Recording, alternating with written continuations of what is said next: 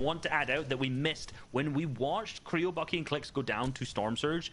The other team who was taken out at that moment, Jukes, Justice, and Users. So while we were discussing saying that they needed to not have a to have a 0-point game for other teams to catch up, that's exactly what happened. I think we cursed them from afar, the classic caster's curse onto them. So right now, we've already seen Booga's team go down in this game as well, but for Commandment, Scented, and Edgy, who are currently in second place, for Tabs, G, Teo, and Pledge as well, who are watching right now, who are in third, this may be the opportunity, if we see a first, a second, any 30 to 40 point games, that they could be to catch up to first.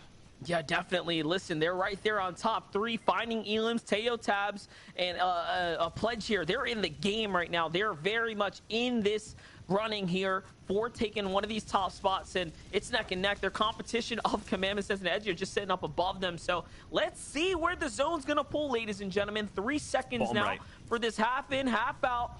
Recess bottom right, and he is correct. Caster luck kicks in. Zone pulls where it needs to go. And you know what? Most of the lobby's going to be upset about this one, though, because the north side's really got to migrate on down now. Yo, you can't beat best me in zone guessing. I'm telling you, I'm not going to do it again. I don't want to show my power too much. But for them, like I said, for a lot of the lobby, that's going to be tough. But for Tabs G, that's going to be very, very good because they were situated close to it. Same with Dictating's team, who was at the bottom of the leaderboards coming after that day number 1, 2. For them, they're set up to have a good game. Remember, we already mentioned that Teo needs to have a big game. Same with Scented. Remember, Scented, Commandment, and Edgy are lower on materials. If they had a far rotate, they've already burnt their launch pad, so using more materials will be really tough. So this zone RNG is huge. Yeah, and I love this stat here, just showing us how consistent Tabs G's trio has been yesterday. You know, keeping up with the likes and the pace of our first place lead right now of Dukes, Justice, and Users, whom, by the way, we haven't checked in quite some time, so I am very curious as to whether or not they're having a hard time with this rotate or if they made it or not, because the launch pads are coming out, teams are starting to land down now. You can tell that the lobby is going to start, you know, beginning to pop up on top of one another, getting ready for this next potential Surge fight. Remember, this is the hardest zone to fight in, this next one coming up. When Surge is active on the moving zones, I mean, it gets pretty messy.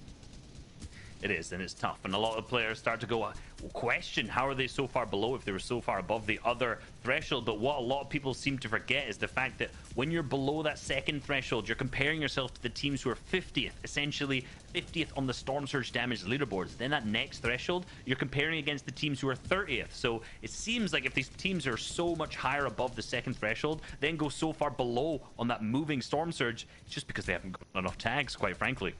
And look at this pressure coming in from Wrigley's team there. They are forcing Scented, Commandment, and Edgy down into the low ground here. They recognize that they switched on over to Wood, and this is spelling disaster now for Scented, Commandment, and Edgy. And they know they're going to have to take this fight. They're going to have to show teeth here, bite back, fight back, because otherwise they're going to get completely taken out here. Commandment, no shield. Scented, no shield, but the knock comes through onto K-Burbs. This is winnable now. This is a situation that they can continue to climb back, but no. High ground comes down. They sneak around. It's up to Edgy by himself.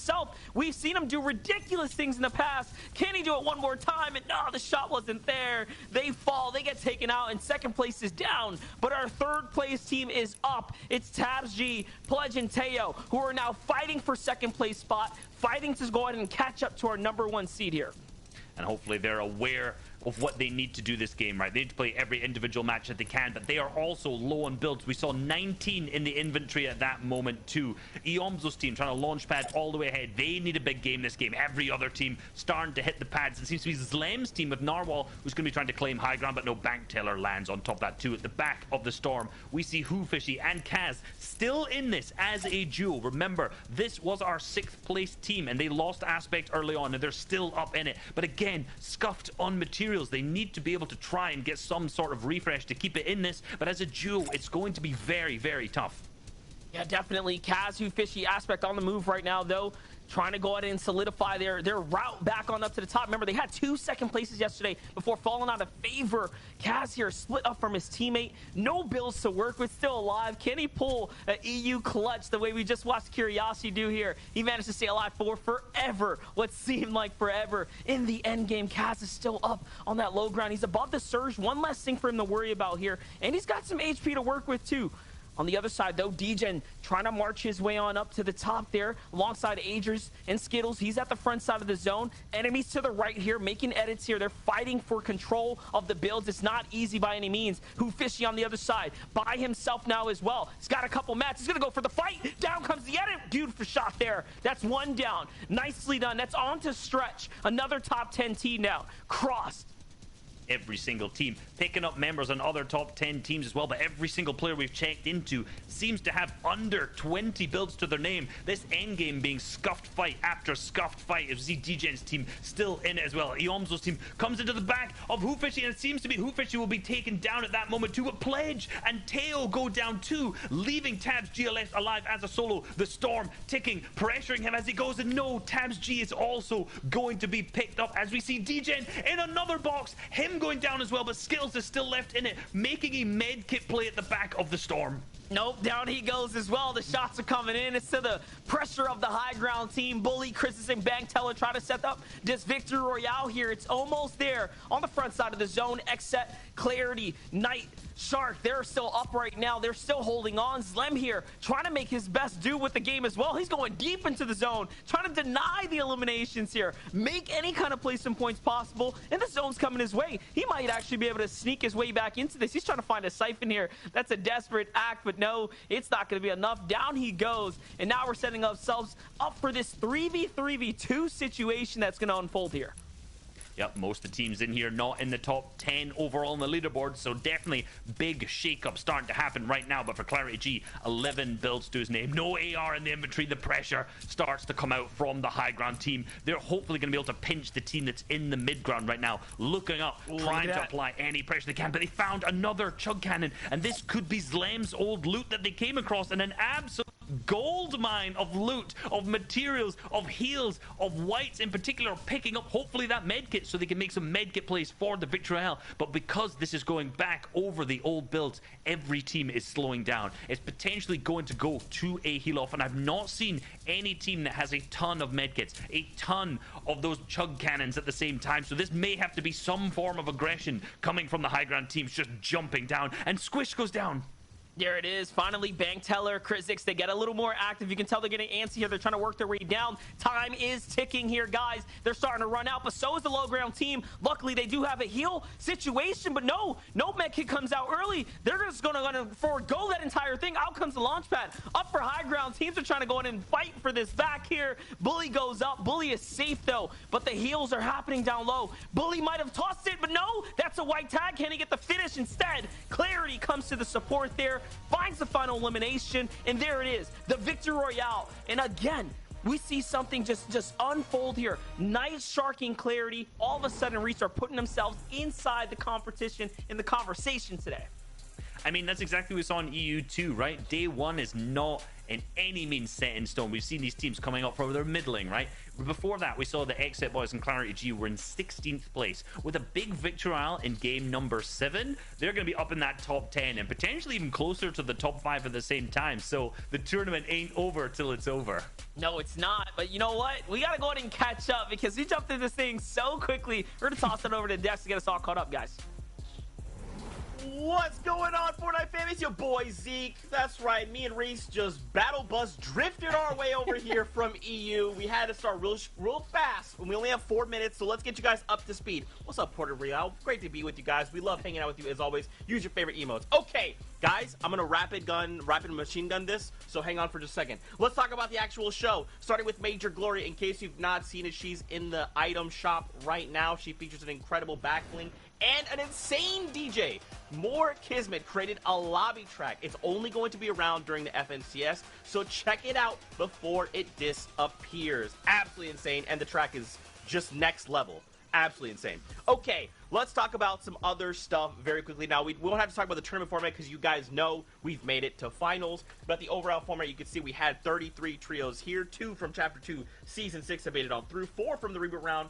9 from qualifiers, and then the semifinal gave us that last 18 to round on up. Now we're going to keep the ball rolling, though. We got to talk about the overall tournament point format, rather. You guys know every elimination is worth 2 points. First place is worth 30, and you can get placement as far out as 24th place. You have to strike that balance if you want to keep that consistency factor that we'll be talking about throughout the rest of the show. There's prize money on the line as well. Here is a look at all 7 of our regions. We specifically are taking a look at NA East, which we have a little bit of a deeper dive in. $135,000 for the winning team, as well as the Axe of Champions. And guess what? Someone just left some gold on the battle bus. That's the true story of how I created the Axe of Champions. They left gold on the battle bus. I found it. I forged the Axe of Champions, put it in Fortnite. I know. It's normally a crazier story, but I don't have time for crazier story. Let's take a look at the standings now. Adam, Vivid, let's set the stage coming into day number 2. Yeah, so here we have the standings prior to day number 2. Duke's Justice and Users has an absolute great performance yesterday. And sorry, this is actually the standings after game number 7 right there, not after just game 1. So this is how we stand after game number 7 right here. Duke's Justice and Users, I believe they had around about a 40-point lead yesterday. As you can see, that has diminished all the way down to only 25 points because they did go out really, really early that game right there that we just saw. And which kind of alludes to the point that Adam was making towards the end of the show yesterday. Like, you know, we have a bunch of veterans who know how to play these games, who won't crumble under pressure, but then we have this team that we've kind of seen up at the top for the first time. So will they be able to uphold the standards that they set yesterday for themselves? And after that first game performance on day 2, not sure if they're going to be able to do it, Adam. No, me too. I mean, 48 points yesterday is now reduced to 25 points, which is significant, but they are still at the very top here. But that last game was kind of crazy, though. We saw game 7 there. Lots of the top teams just kept going left, right, and center, just leaving the entry point for all the teams below to rush up towards the top here. Let's take a look at 11th through 20th place as well to catch you guys up what's going on the rest of the table here as well. Obviously, with 5 games to go, this is all to play for right now. We actually see our Bullies trio there as well. In the final part, we were talking yesterday about how those guys were being third-party left, right, and center at Steamy Stacks. They finally got themselves into an end game, which is great to see. Haven't quite made the top 20, but we see other teams that have. Ilias Mac with Tragics, we talked about these guys before, as well as P-God, Peterbot, and TK, who are at Craggy Cliffs. They're going to kick off, and we're going to see some real fireworks there at some point in the day. But you can see here as well, eliminations are starting to rack up in that part of the leaderboard as well. So at this point, a lot of teams in triple digits now, all to play for still. It's still getting very, very, very exciting indeed. And we just started day 2 of FNCS finals. Vivid, let's look at predictions really quickly as well. You can see here yesterday, myself, Reverse Mirror, and Day. I thought it was going to go another way, in a positive direction for this year. It doesn't seem to be working out at all this time around here as well. And of course, MDF picking Kanada, Saf, and Stretch. We saw there in the elimination feed go out relatively early as well in the mid game. But Vivid, you and Reese's trio right now looking mighty fine indeed. Yeah, I mean, after that game right there, they do have 196 points. So only 29 points behind first, and then only 4 points behind second. So looking good for those boys. Boom! That's how we machine gun rapid fire atop the show, baby! Woo! That's what I like to see. Okay, for right now, though, don't worry, everything's back to normal now. We're up to speed. So for now, let's go hang out with MDF and Reese. When we come back, we'll be at a normal pace. Let's get into it, Fortnite fam. Hey, things are going along quickly here, but we need time to slow down a little bit. I want to relish in the moment of the FNCS finals. It's day 2, Reese. Here it is. It's game 2 now as well. I mean, game 8, really, right? You know, this game 2-day 8 format here. Yeah. This thing is going to long haul here. But interesting developments, right? We saw the standings pretty quickly there.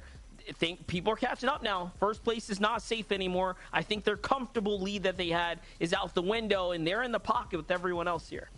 Yeah, and I want to keep an eye on Duke's Justice and Users. Like, obviously, we saw the Exit and Clarity G Boys will pick up the Victory Royale. That pushed them up into 8th place overall. Great. But for Dukes, this is the first time they struggled with Storm Surge. It was that zone. Remember, we saw the Snipe come out earlier on. We saw them rotate past. And we asked the question, like, oh, they're not going to push this. They're normally more aggressive. I think we may see them just be more aggressive this game. More similar to the playstyle they had in day 1. Maybe they're just a little bit too safe. So I want to see that this game. But I also want to watch Clarity G, Shark, and Knight and see if they can continue this hot streak. Can they keep going? Can they even pick up a second Victory Royale coming into this second day? Yeah, yesterday wasn't too bad of a day for them. I mean, they dropped 2 games, though. The last game was probably one of their poorer performances to close out on a 25th place, so they went down that first surge as well. In their second game, they had surge issues too. So, you know, it just shows that if it's not really the strategy or making it to end game, etc. It's making past that first storm surge. It's always the most difficult thing for these players because that first surge is going to make or break your positioning in the tournament. Think about it. How much you invest just to get beyond that first surge is also equally important, right? Because if you are taking fights and you're okay, it can also come at the risk, right? The detriment of your loot and your situation in the game. Very, very true indeed. So fingers crossed that they can sort it all out. And for their looting path right now, it's very interesting that they are dropping down at the dish. They rotate so quick out here that the team that's currently situated into Slurpy Swamps just doesn't have a chance to go and push into them. You know, Slacks, Acorn, and Jack. A lot of the teams usually will push onto that west side to get some sort of tags on, but they're super efficient in their looting path. Same with Jukes in terms of justice and users as well. Any time we watch these guys, if they're uncon here, they're in and they're out. They're in out so quickly, right? Because they have this so efficiently down. They've mastered the drop spot. They practice this over and over and over again, down to each individual efficiency, such as, look, every pickaxe swing, hitting the little bits of metal that are up on top of the counters there. These small little efficiencies show you that a team has practiced this drop spot, and that's even those small little things are some of the reasons why they're up in that first place right now. Yeah, you have to get the most out of the drop. You know, you really got to make the best of the games and all these kind of situations. On the other side, Krizix, he gets edited down. Doesn't seem like he realized what was going on there for a second. Bank teller pinch between the two. They get taken out here. They're not going to make it past the early game. Last game, they actually did pretty well for what it was worth. I mean, they were up on that high ground there, setting themselves up for that victory royale. And unfortunately now, you know, they don't get to show that off here again. But TKP God and Peterbot, who have been having a much better tournament this time around than the counterpart of the players landing here at Steamy Stacks, they were also taken out early last game. They actually, I think, decided to, you know, take that fight up against Macwood again off the drop there, and I'm not sure if that worked out too well for them. So they're going back to the yesterday strategy, right? The third party back on Clicks, Creo, and Bucky here.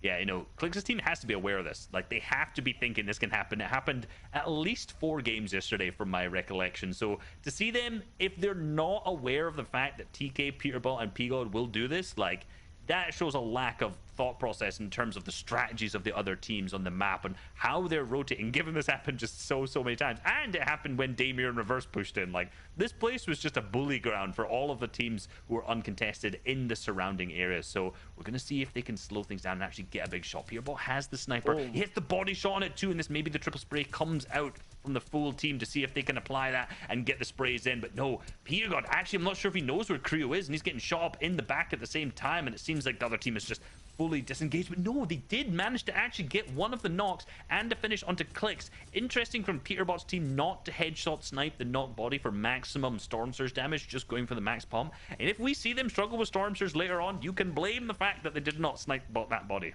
Yeah, definitely. That's a little min-max right there that you have to capitalize on. But hey, they're still inside the top 20. They're still doing pretty decent. They're one of the, you know, couple teams that have finally broken into that triple plus digit mark here, and this is again already setting up to be a much better day for them.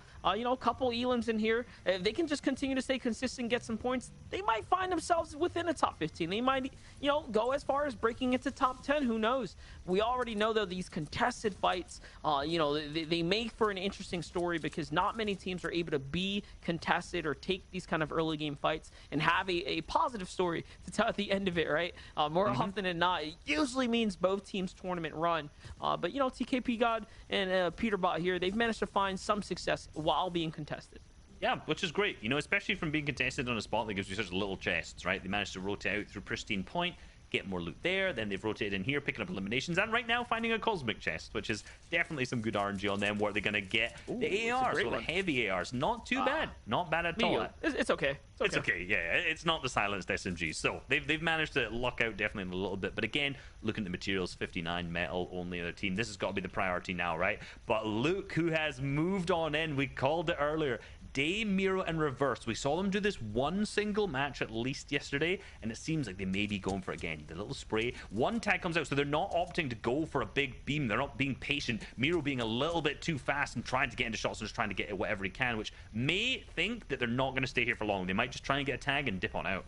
Yeah, he probably doesn't even think there's another team here. Little does he know, there's a fresh trio just down below. And he's moving right directly into them. And wait a second, there goes the marker out. So he's actually spotted them on the movement on out. And there, Peterbot's going to go and slip on through. Miro's shot, though, is pretty good. Those are 2 body tags. 42 plus 42. Oh, and another 28. Look at these tags coming on through. And this is something that you don't... again, we talk about long-range controller, yada, yada, being difficult to hit these shots. But Miro's making it look easy right now as he did massive amounts of damage, quite literally carrying the surge for the team at the moment. Yeah, exactly. You know, he got that first shot off onto, I think it was Bucky when he was disengaging. Then that was another 100 tag there onto whichever, I think was that Peterbot that was disengaging there. So yeah, it was Peterbot. So big tags from him coming on through. Usually, like, these guys struggled a lot with Storm Surge yesterday. And, you know, that kind of, we talked about the fact that they hadn't practiced as much. And that really showed in the Storm Surge strategy. So hopefully they've at least sat, planned it out, thought about it over the night. And they've looked at the one game that they performed the best, which was the game that they pushed into Dirty Docks and said, that worked. Let's try that again. Yeah, for sure. Back with Tabs G, Teo, and Pledge. Another interesting story here. After a pretty solid game 1, if you will. 9 plays, 4 eliminations, jumped their way past Commandment, Sense, and Edgy now. They're just 4 points ahead of them, but hey, being ahead, this is FNCS Grand Final, so wait for, you know, shout out to Tab G and Teo, man, really able to step it up this season, take it up a whole other notch. Last season, the story was on them just about, you know, whether or not they were able to be one of those new teams, one of those new loose cannons on the field. What can they do? The hype was so real around them. I think they learned a lot last season, and they're applying it to this season. You can see that experience can go such a long way here when it comes down to these final settings. Well, proof is in the pudding, because here's a random memory I have. Qualifier 2, when it... Hold on, actually, 1 second. Justice's team is in first place, and they're actually getting into the middle of a fight at the same time, but Justice managed to trade the shots back, and it seems like he's managed to disengage, using those hard materials, the metal, to try and dip out of there, not trying to lose himself in that fight. They're not trying to be disengaged, but now the Storm is going to start to pressure them at the same time, too. But they've managed to get... I think that was 1 single chug cannon. I'm not sure if they both have 2 in the inventory overall, so they definitely at least have 1, so they're going to be fine to sit in the Storm, and they look like they might actually want to be a little bit more aggressive. What I saw from these guys yesterday is that when they got shot, they were always looking to tag back. They were putting that re-aggression onto other teams who were trying to fight them. That was often what got them out of those tricky situations when they were being held. It's just the fact that they shoot you back.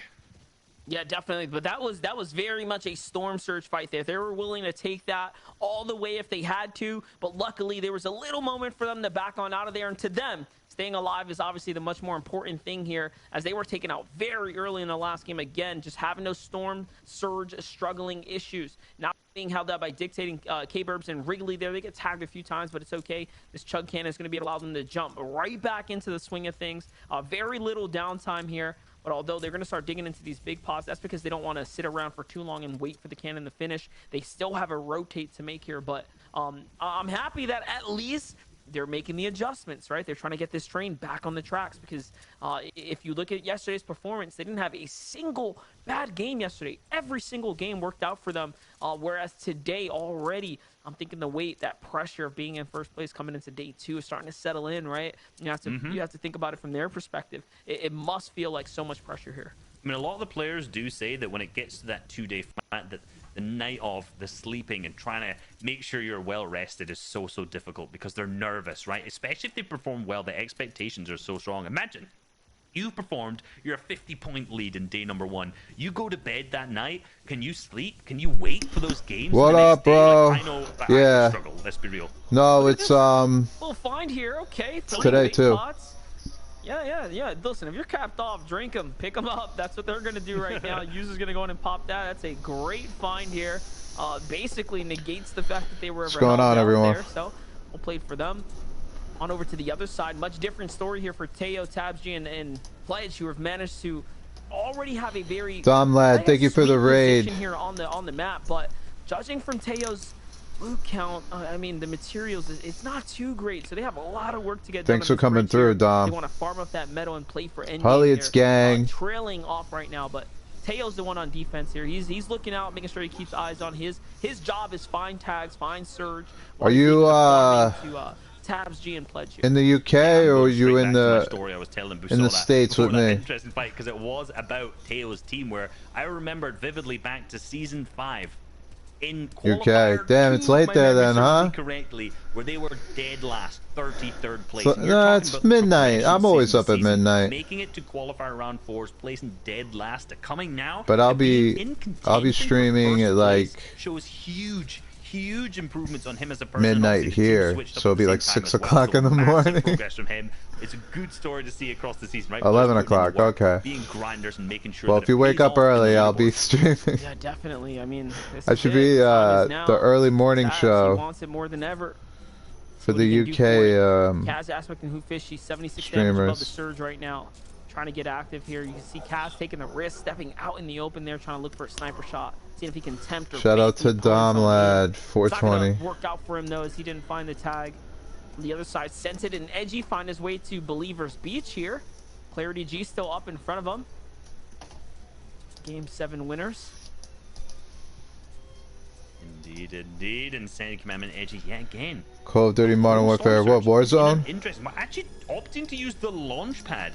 This Or, early on, which Black is not Ops. something we would ever really usually see. Potentially have that many more in the inventory, and they look to be getting aggressive. They understand that they're below the Storm Surge threshold right now, and they see a team who's running, who's scared, who does not want to mess. I love these with tournaments, Scented man. Commandment They're and so Edgy as good. They get one dink, one tag in the back, but they're still I wish 7 above with I was 10 that more good, players man. in. This has caused this Clarity G exit boys as well, who have fully boxed up. That car is going to cause some beautiful fireworks. Maybe one day when set I as get like a really backdrop sick to this computer, fight as well, I'll just as Edgy become Commandment and Senate get a beautiful pinch, fully surrounding, and the pressure is now about Fortnite to be God. unrelenting. Here's a 3v3 I'd pay for right now. All right, our number 3rd spot seed. Right all these here guys are using versus a the top 8. keyboard and mouse, I Game 7 assume. winners, head to head. This is a fight that They means have everything to. for Edgy Commandment and Scented. They need these tags here, still below. They found a couple, but not enough. Edgy's still pushing.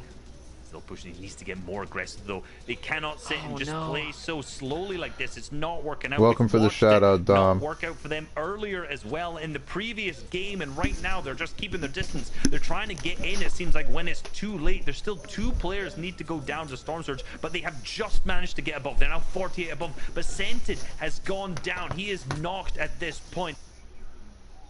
Commandment down to almost nothing. Edgy fully finished at this point, so Commandment will need to hit the clutch of his life if he wants to be able to win this. If he has another launch pad, he'll unfortunately be picked up if he just hits it at the same time. But the Exit Boys and Clarity G seem to be backing off from this fight, which seemed to be a free elimination from them, so I'm not sure if this was the play.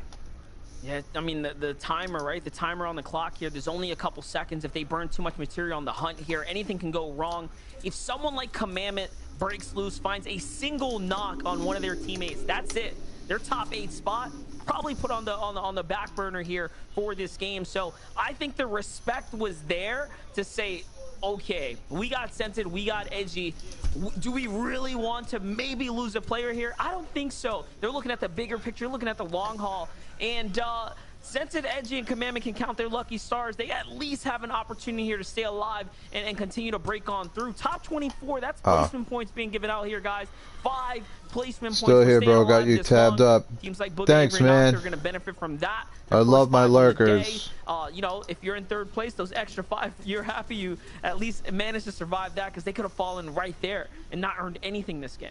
Yeah, and they lost Avery to the Storm Surge, unfortunately. So for a lot of our top teams right now, very much so struggling when If you ever comes think about to this trying Fortnite, hit me up. Mechanic, but at the same time, the most complex for strategies for teams to be able to make sure they have intact the tags, the damage coming out. So for them, a lot of these players are 100% struggling. Justice users and Dictate over there, not Dictate, sorry, for Jukes, are looking very, very healthy, and they're seeming to have eyes on Debuga and Nosh, who are just in this as a duo, and I think they know.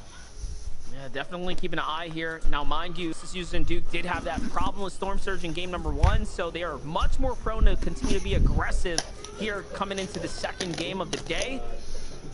Already looking, Booga trying to figure out what's the best play here. No shield to work with. Nosh doesn't even have a full HP bar either.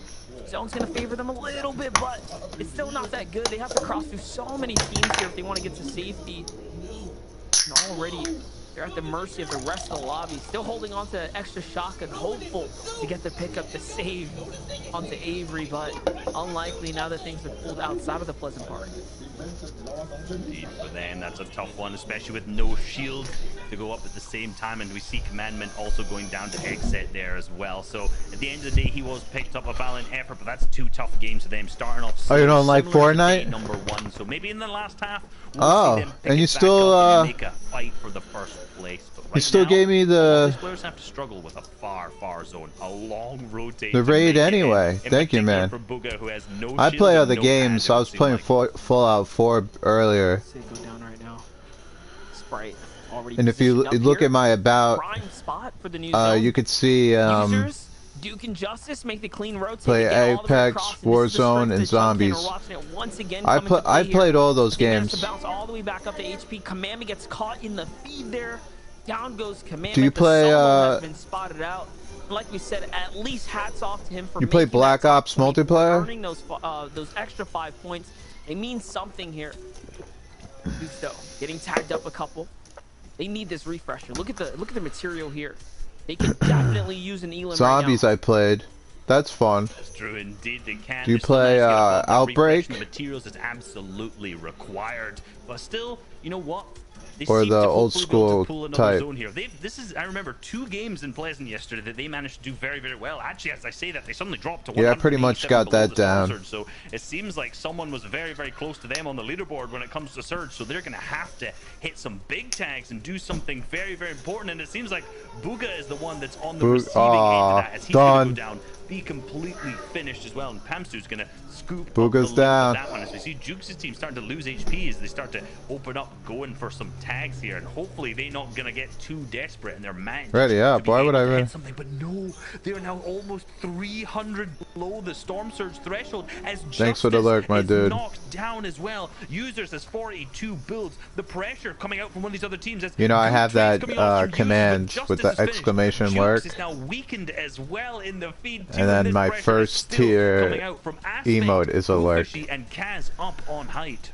So I appreciate all the lurks. And Spartan the other side of the wall here. The situation starting to become I'm chaotic for about that Users lurk and life. Duke. You can see the pressure coming in. The surge is also You know, active not here. everyone Duke barely wants has to HP. talk. They have to result into using the HP from the chug cannon. The I'm not a fan of like trying to bully viewers into engaging in chat. What happened? What just happened? It kicked me out.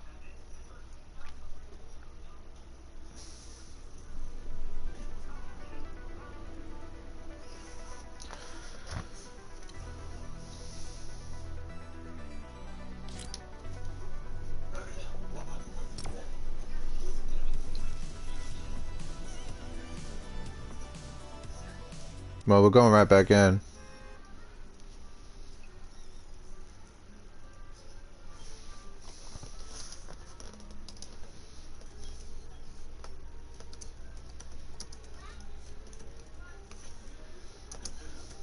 Everything else in terms of AR ammo, shotgun, which, let's be real, Great Tank's not that great. He has the chug, he has the heals, he has some build. Alright, we're getting back in.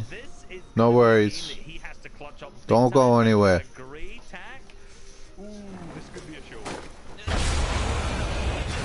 Top 17. Hey, there's some placement points left there for you know, it gives them a little bit of comfort. Now, mind you, Sense and Edge and Commandment are down, right? That's one less team to worry about as far as other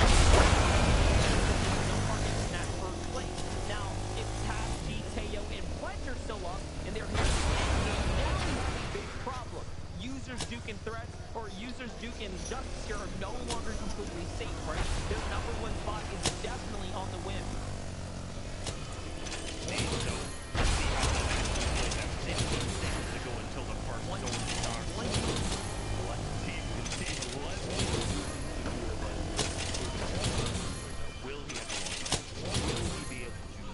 So this is just one of the many modes in Fortnite. This is Party Royale.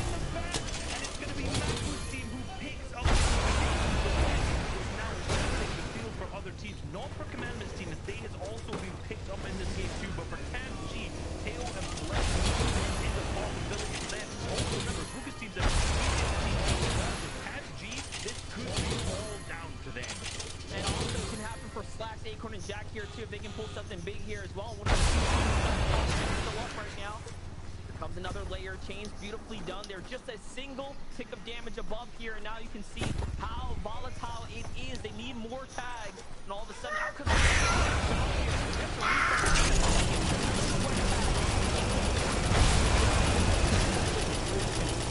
over the build here. This is their usual main to mess with. What do they want to do? Of course, get back up. They're comfortable now. They can play out this end game. Big points here as well already. Now that's 5 eliminations, catching up to the edge of the zone where they manage to position themselves. This is perfect. This is perfect for them, but they need to make sure they stay on a good elevated layer here. They're going to do exactly that, hitting the launch pad, and they're almost going to play for height. No, they're not going to go for it. I thought we could have seen the big play, and it's the exit boys and Clarity G on height, who may have the day of their life. Still in this game, though. Pamsu carry fat to the backside, but we see Jack, as he lands, gets absolutely lasered down to 20 HP, but look who is still in it. Tabs G, Pledge, and Teo at the front of the zone, picking up another elimination too. Look at that, and that's going to be a huge refresher there. And he manages to pick up the chug cannon. This is a win condition now granted to the hands of his team here. Unfortunately, he might have lost his shotgun in the process. We'll end up seeing how that's going to play out for him. But hey, they're still alive here. They're still in the game, and it looks like they have 2 chug cannons to work with there. And look at how many players are trying to work their way through the builds here. This is going through old structures. This is such a tough place to play out. How do we end up over here? I don't even know. It seems like time has flown by so quickly, but all of a sudden we're inside the stronghold, in the heart of the stronghold here, and Acorn is still up. He's already picked up another set of elims. They're at 8 now, Reese. Comfortable here, but starting to run out of material. Another fight's gonna come their way soon. They've been popping off, but Slack's now down low on HP, as we see down on low ground. Pledge, Tabs G, and Teo are running into some issues. You cannot break through that wall. Yes, you can, because it's the door. That is so lucky. I thought they were actually going through into the walls of that. They're actually in the middle. I thought they were slightly further out from here, but for them, they are still low on materials, but they have claimed that low ground. Stretch is on their layer. Canada as well, but they are not known to be low ground players, and they prove it here because Tabs easily wipes them with no effort. Above them, the full trio, Slacks, Acorn, Jack, still in this. On high ground, we see the Exit Boys and Clarity G. This is a 3v3v3 situation, and it may go to the team up on high ground. Nope, it's gonna go to Pledge here. It's gonna pop off the low ground, the follow-up there, and the clean wipe, and they completely demolish Jack, Acorn, and Slacks, completely taken out there. Well played for them. Pledge dips back into the zone. He's got the single heal, though. He's got to be careful. He's blowing all the shots there inside the zone, and Knight, Shark, and Clarity might be setting themselves up for this victory royale once again here. They have the HP advantage, Reese. I mean, this is the kind of situation you want to be in, but the more time they give them, the more time the low ground teams can actually bounce back. There's all the heals. They come through. It's winnable now. What a great shot. Tabs G finds one, but no, it's not going to be enough. Teo now has to clutch this up.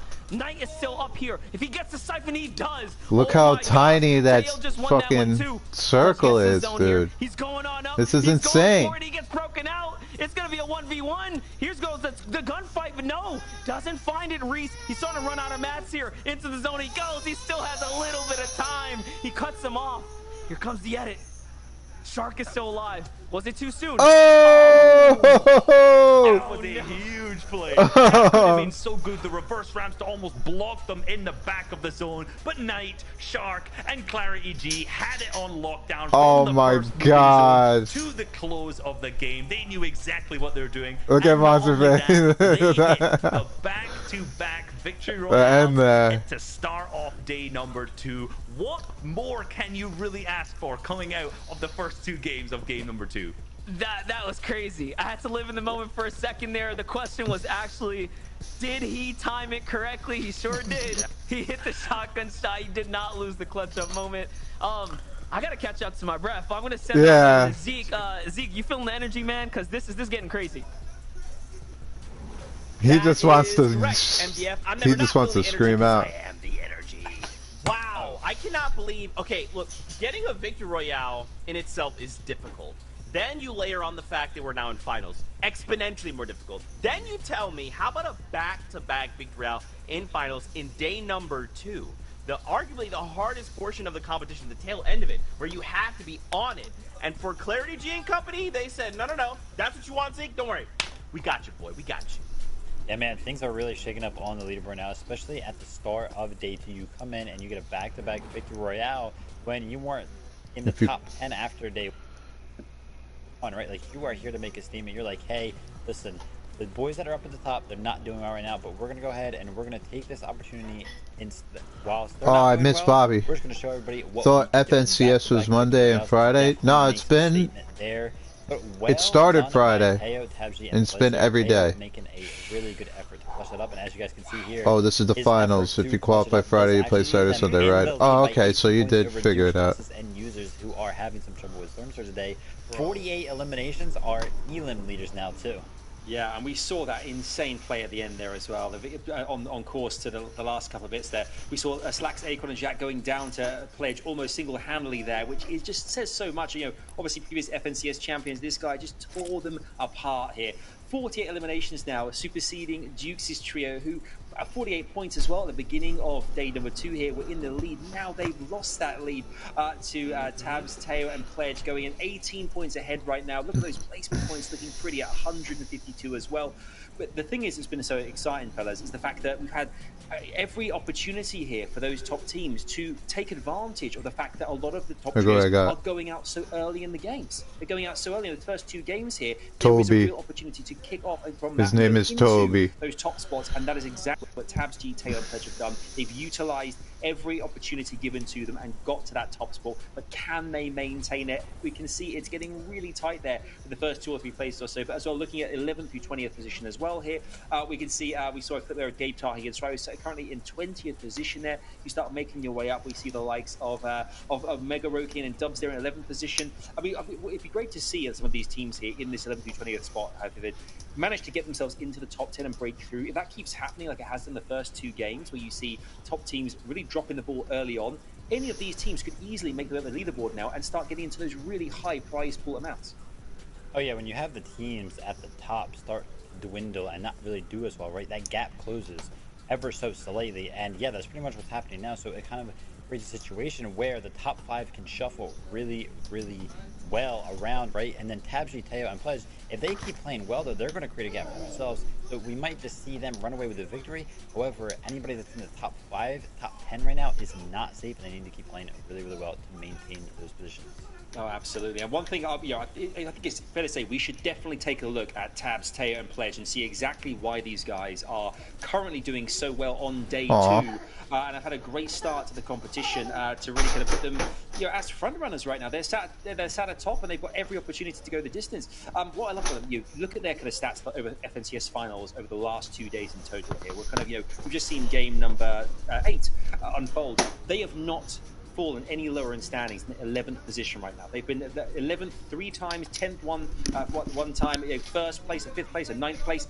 They are consistently getting good standing positions here, and we know that they kind of land in Weeping Woods. They have that kind of, it looks uncontested all to themselves with great kickstart. They don't have anyone to battle off the drop, but you can see it taking out Stretch as well. I mean, they've got some great stats, and whilst I'm sure we'll see spotlights eventually, but taking out big teams as they make their way towards the top spot is really impressive of it.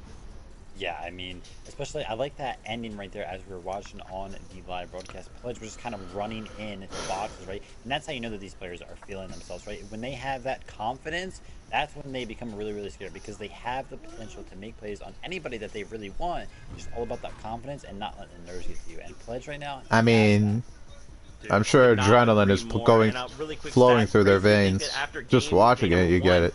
Dukes and company, they set a record for having the most time in first place. They're loading into the battle bus. And day number 2, they've finally been overtaken. We'll have to see if they can make a comeback or not. But for now, we're jumping back on the battle bus with Reese and MDF. MDF. Here we go. Here we have it. Another game down in the books, and a back-to-back victory out for the X-Set Trio Plus. Clarity there, man. What a way to kick it off, make a statement, as Vivid mentioned here, and really jump your way back up into the conversation here. But the question is, how are Dukes, Justice, and Users going to fare now that they've had 2 games just go downhill for them here at the jump of the competition, giving up what looked like a near unsurmountable lead, Reese, to Tabs G, Teo, and Pledge, who have, I don't know, quite honestly just decided they just want to win FNCS today or something. I think so. They woke up and they chose victory this morning. So a lot of our top teams, in all honesty, from yesterday are just struggling so much in that early to mid game with Surge outside of Tabs G, Tail, and Pledge. So it's really different to see, because yesterday we just did not have that story at all. And for guys like Booga's team, for example, have struggled both matches so far. They have 3 teams contesting all the way around. You know, we've seen the Steamy Stacks fight going on. We've also seen the contestation from DJ's team when it comes to just south of them in their drop spot as well. And then also we've looked at P-God's team with tons of team fighting there against Macro's team. So there's so many teams that are contested all the way around them. So it's so odd to see them struggle with Storm Surge. If they just rotate a little bit south in this south zone now finally, then they may be able to... Yo, the Storm Surge is so crazy. I've seen finally a south zone. I don't think I could play if I had that shit happen to me. North. I've already seen Senate Commandment Edgy, but it's part of the tournament. Needing to get this south zone for them. They've been dying for it at this point, honestly. So at this point, let's see if they can actually make the most of this game. Yeah, that's a really great point. The fact that, yeah, Sensitive Edge and Commandment have been battling against the Storm positioning just in general, kind of forcing them up far north. So the fact that they finally get a little favoritism down here, this could work out. The sun is starting to begin to set here, but hopefully not on their game and tournament life here. Indeed, the sun has set, and for Jukes, Users and Justice, hopefully not set on their entire tournament, right? This has been a drastic change to what we've seen. They had to turn it into like a team we saw yesterday, quip. Easily able to drop 14 eliminations in a game, and another game with 11. I wonder if that affects anything. Struggling with the fundamentals that I hyped them up with so much yesterday. The like it's nighttime, so they can't see as good. Hitting those, being aggressive when it needed to, being able to be passive when you needed to. That's what we saw from them yesterday, and today we're just not seeing that yet. I mean, to be fair, granted, they've also had the same struggles as Sense of Commandment with the zone here, so who knows, maybe this little switch up here, finally getting a little bit of that south positioning can work for them. I'm not buying it. They won a game yesterday in almost the same position, because it was in the Pleasant Park. One of their games, I'm pretty sure the one they won there, they managed to win it from Pleasant Park. Same story, that they can do it on that northwest zone. For them, I'm not giving them zones. Obviously, they've been tough, right? Definitely been tough zones for them at the end of the day. But they were able to capitalize on that yesterday, and we're definitely not been able to see that today so far. I was going to say, I try to throw a bone, good cop, bad cop here. Reese is playing the bad cop today. He's not having it. Bad cop today. We'll see how it's going to end up folding out for this team right now. Gabe Tahi and Sprite trying to bounce back. It's a fight that we've watched unfold a few times today. Gabe Tahi and Sprite, though, definitely taking the bulk of the points on the day so far. This is game number 9 of 12, ladies and gentlemen. A very pivotal moment now for the teams that are looking to kind of claw their way back into the competition. As again, the top 10, the leaderboards, the standings themselves really began to open up here today. Comes a sneaky shot, great tag, but oh my gosh, the flick from the other side. I'd pay to see that one again. Iamzo comes on in. That's a drop kick if I ever saw one, and he puts him right down. Oh my gosh. I mean, Iamzo is an incredibly mechanical player when it comes to actual correct quote-unquote mechanics, and also just having fantastic aim and flick shots. Being able to hit under pressure, reactionary shots like that is what differentiates these players from the players who have not managed to make it through to the finals. Like, there's a reason every single team has made it here today, and stuff like that is what makes them put on a show at the same time. They've been super good through the qualifiers. So far, not so good when it came to the actual finals, right? They're down in the 28th. They're in the bottom 5, but hopefully we can see them pop off. And they're having a good day today. Like I said, 41 points is not too bad for the day. If you just look at today's points that they've earned. But definitely. Yeah, in the grand scheme of things, definitely a rough 2-day format so far. We still got a couple games in front of us. This one included, as X said, Knight and Shark, or X said Knight and Shark. You see that? Shark, Knight, and Clarity here. I've been having a great day today. 82 points, doubled up. It's double or nothing for them, as they're just trying to jump back into this. Like I said, where are they standing right now? They're in top 6, so they jumped 2 spots after that last Victory Royale. I'm very keen to ask the question, where were they before this tournament ended or started? Because I don't think they were inside the top 10, right? They were not. They were 13th, if my memory serves correctly. Let me scroll and check. No, they were not. Hold on. Let me do a little Control F as we go here. Exit. They were in 16th, so they had 98 points. 98 points across the first 6 games. So far, in the first 2 games, so far already, they've got 82. So they've nearly doubled their points in 2 games in comparisons to the 6 that they played yesterday, which is crazy. So I'm trying to find like the perfect spot. This guy's like day number 2, following me around. It's not funny. Almost like underperforming and middling in day number 1. He better not. Oh, he's gonna fucking fuck with me. To hit the back-to-back victory royales. Man, look at this. That's the second time, by the way, we've watched Shark and Knight go back-to-back with consecutive victory royales. Last time they did it was in Chapter 2, Season 4. And this is a feature or a feat that, you know, pretty unheard of, right? Not a lot of teams have done this. I mean, I challenge the crew to let us know who else has gone for back-to-backs, especially in a final-style setting, because, yeah, I'm sure we can count them most likely on our 2 hands. I mean, yeah, it's minimal. Like, even teams who pick up victory royales in finals, just like singular victory royales in finals, is incredibly impressive. So to have 2 different times where you've picked up back-to-back is absolutely crazy. And in that one, obviously, they had AV with them, and there was a full exit trio rather than having Clarity G. They end up placing 8th. So right now, like, we're looking for a top 10 finish from these guys from the way that they're performing, if history is anything to judge. Yeah, for sure. As we talked about how the zone is going to play a factor for Commandment Sense and Edgy here. Now, the real question, is it going to be answered right now? There's a team that just slipped by. We already know the more time you spend here, the less time they have to actually farm up some Storm Surge tags or take a fight. It's going to be very important for them right now where they decide to go. They're going to cut directly center. They're going north to try and see if they can find teams migrating south here, giving up their beautiful spot where the zone is probably likely to pull in the coming moments here. For Tabs G, Pledge, and Teo, though, they're on the move right now. Teo just on fire. This is a team that obviously got together this season. New trio right now. We're watching just figure it out here today.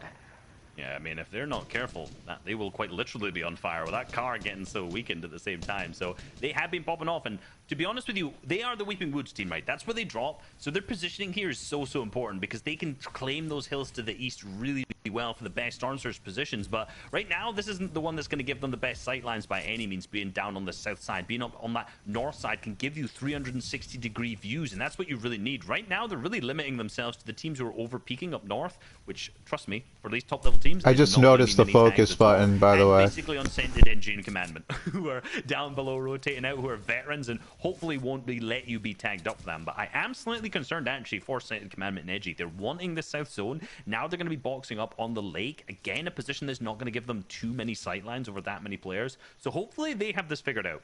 Not to mention, they just took the vehicle to this northern landmass and then went right back from where they came from, right? So lost material, lost HP, heals, and all that stuff in the process there.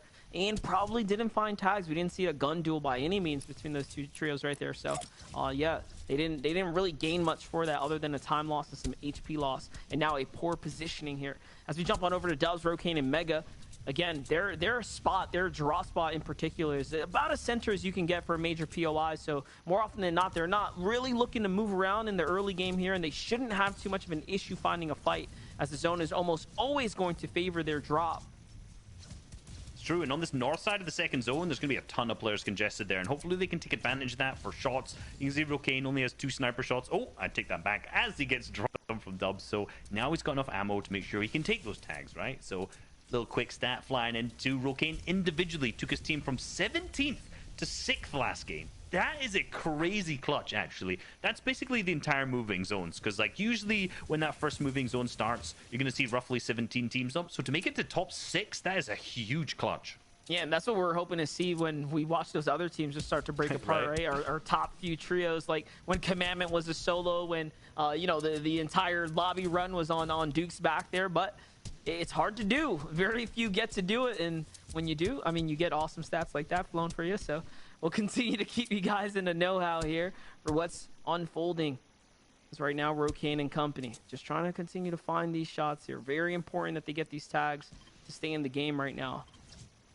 And look, the zone. Look at the zone, Reese. It kind of pulls north here just a bit. Yeah, it's more North Pole, which still means that north side's going to be heavily congested. You can see that with the amount of teams who've rotated south from the north side, like the Craggy Cliffs teams. I'm imagining we may see Macwood's team if they're still up in this game, or P-God's team potentially still around. No, P-God's team is actually out, so potentially Macwood's team is one of those teams who they're looking to take shots on right now. They're poising that sniper to go for it. Ooh, and I was thinking we might get a little ankle shot, but no, only the 20 is going to come through for them. So I'm thinking right now, right, if they manage to get in a little bit deeper, they may be in a good spot, but there's going to be so many teams situated on those hills to the south of them, because that's always where the players get boxed up on these kind of zones. So I'm thinking they may have a tough rotate if they leave it a little bit too late, getting pinched between these two teams. And it seems like now that the damage threshold has popped up, they're okay. It was getting me worried for a minute there. They're okay. They're 299 above. Hey man, there's too much competitive history and experience behind this trio for them not to be okay right now coming into the middle of the day 2. They're looking to be pretty set up here. Now, mind you, they're fighting for top 10. They're just trying to fight their way right back into things here. They're just outside the bubble. Thousands of dollars make the difference between being outside that top 10 and breaking into those lower placements, I should say. But every little bit counts, remember. Once you get into a top 10, a top 15, top 20, each one of these thresholds gets you more and more money. And once you're in that top 10, it's every single placement from there, 9, 8, once you get 7th, and so on all the way up till 1st, you get more and more money. So for them, like, they're vying for that top 10 so far, but it all adds up when it comes to the money, the dosh and the moolah, you know? Oh, look at this. They dropped the mark here. Justice using Dukes. And I think that's onto Scented Edge and Commandment's base. And now they're on the move here. They're just trying to find any trio here. They need these tags. 14 players have to go down, and they recognize that shots come out of this base here. That's a sign. They want the fight. Oh, look at the trio. Teo, Tabs, G, and Pledge is a very, very big fight. Very important fight for our number 1 and 2 seeded teams right now. And this is a fight that Justice using Dukes are going to take if they cannot find a tag here when they look inwards. But the lobby's starting to notice they migrated towards the space, so they are definitely looking for Surge right now.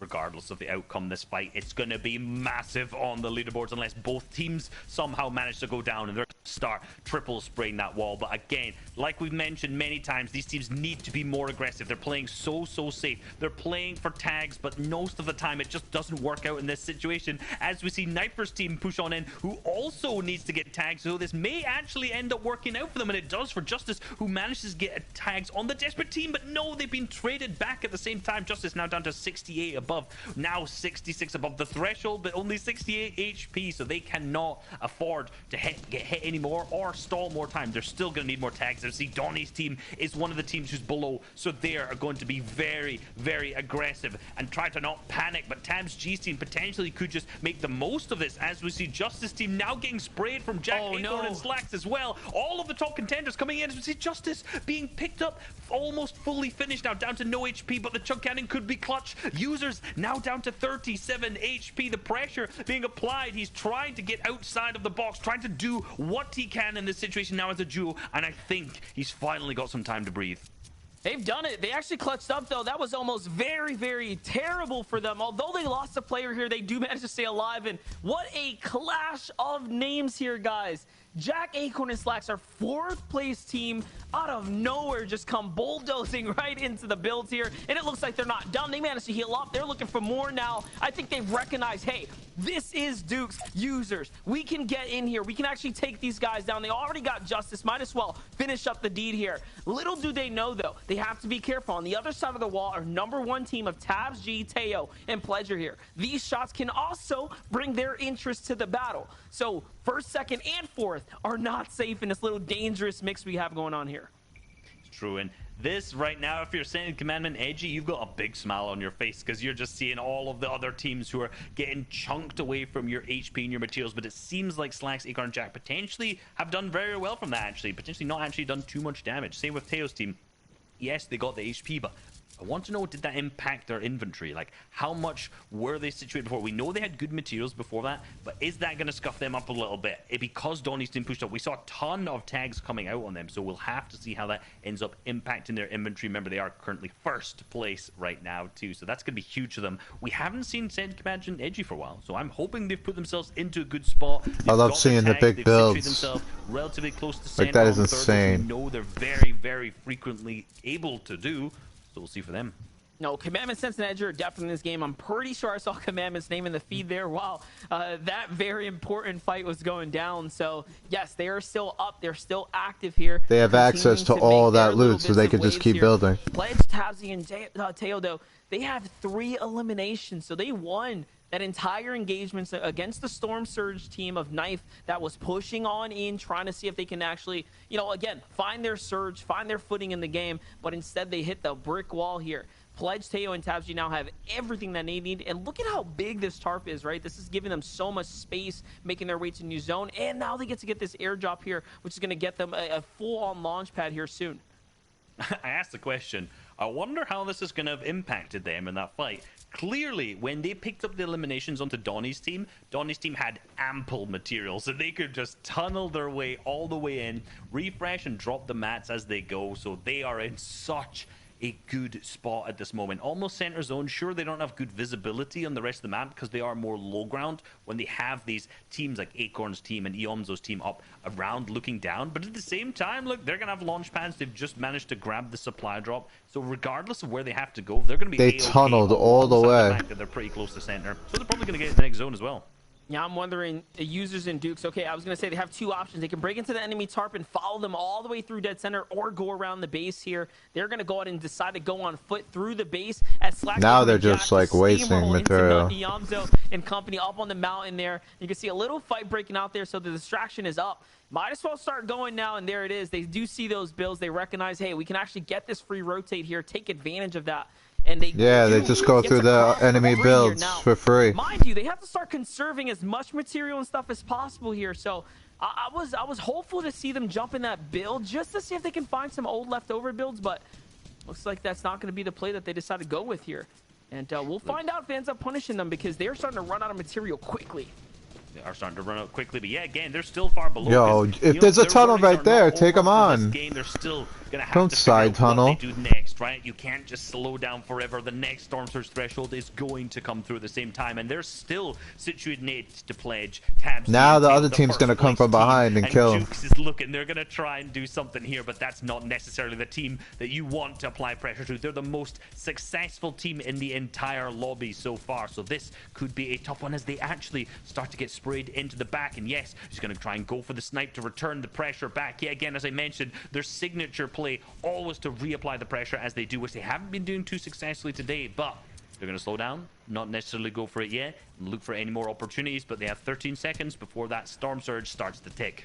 Yep, up next is the battle for all the marbles here. They have to pick and choose what team they're going to go up against. And no, the comes out, the punishment comes in. This is going to be valuable seconds lost here as the Surge is now going to start to get active, and they are far below. And not only that, early chug cannon usage there as well. So everything that they need to be saving here to combat the Storm Surge is now being used prematurely. A fight breaks out up top. They're trying to take advantage of this. Will there be enough tags? That's one, but no, they need so much more. This might just be it for Dukes, Justice, and Users. Game 3 of day number 2.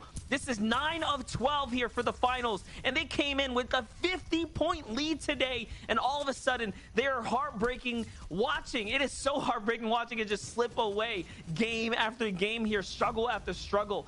Tabs, Pledge, and Teo are probably listening to those audio cues. Look at Tabs walking up here. He grabs the wall. They make the edit, and it seems like they're starting to clean up this fight.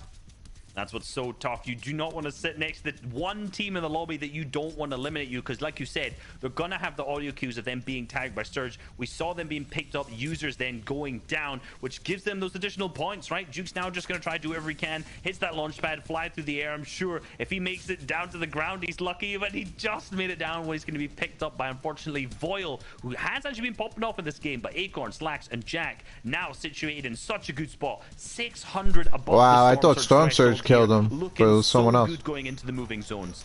That's another team that falls right outside that top 17. Remember, that's that next threshold you absolutely want to be making it to round after round. So you're at least getting 8 points, right? Keeping you in the game, keeping you in the run. When you don't earn those big placement thresholds, that is it, right? Like, you are really setting yourself off pace here. Edgy, Sensitive, Commandment managed to make it on through. They are still up just next door. Remember, that's our 3rd place team. So 1st and 3rd are still up. fourth, of course, being Acorn, Jack, and Slacks, still in this game now already. Continue to put the pressure here. It seems like they're sitting very far up above the Surge somehow, some way, because they barely have elims, but they're still in the game right now, which is phenomenal for them. Good positioning, good tags is all it takes for some of these top teams. We're going to do a little check-in now to our third place team, Scented Commandment Edgy. 92 builds, just sitting right at the edge of Storm. Almost no room for them to work with. And we're going to have to see how they play this first moving zone here. Already finding the dead side. A great spot to pad on. No one blocking their heads. And this is what we normally like to see from Scented Commandment Edgy. Landing as far ahead as they possibly can. This is clinical play for them. But at the same time, he gets absolutely beamed out of the air. And there's a huge big drop-off. So Scented is going to take this opportunity. Not even as he lands to heal. He's going to build himself some space in for his team to ensure they are completely safe, and then they're going to heal up. This is it. They're looking very cash-strapped right now. They're in big needs here. Scented has to pause down. Again, these are valuable seconds, guys. They are losing on rotating to the front side of zone where, you know, traditionally you see Scented, Commandment, and Edgy leading the rotates, not trailing behind here, trying to figure it out. Here comes the launch pad nice and early, trying to get to that front side. This is where we normally see them, and they're a lot higher than the usual as well. But hey, this is the safer layer for the time. Someone messing with me? Touch down one another. Go away, can bro. They begin to fight back here, find some elims, and continue to lead their way, push their way through this rotate right now? Because that is what's most important: is staying alive, staying in front. On the backside, though, you saw Jack. Jack goes down to Larson. He's going to get knocked there, and all of a sudden now competition starting to fall here. This is an opportunity for Scented, Commandment, and Edgy.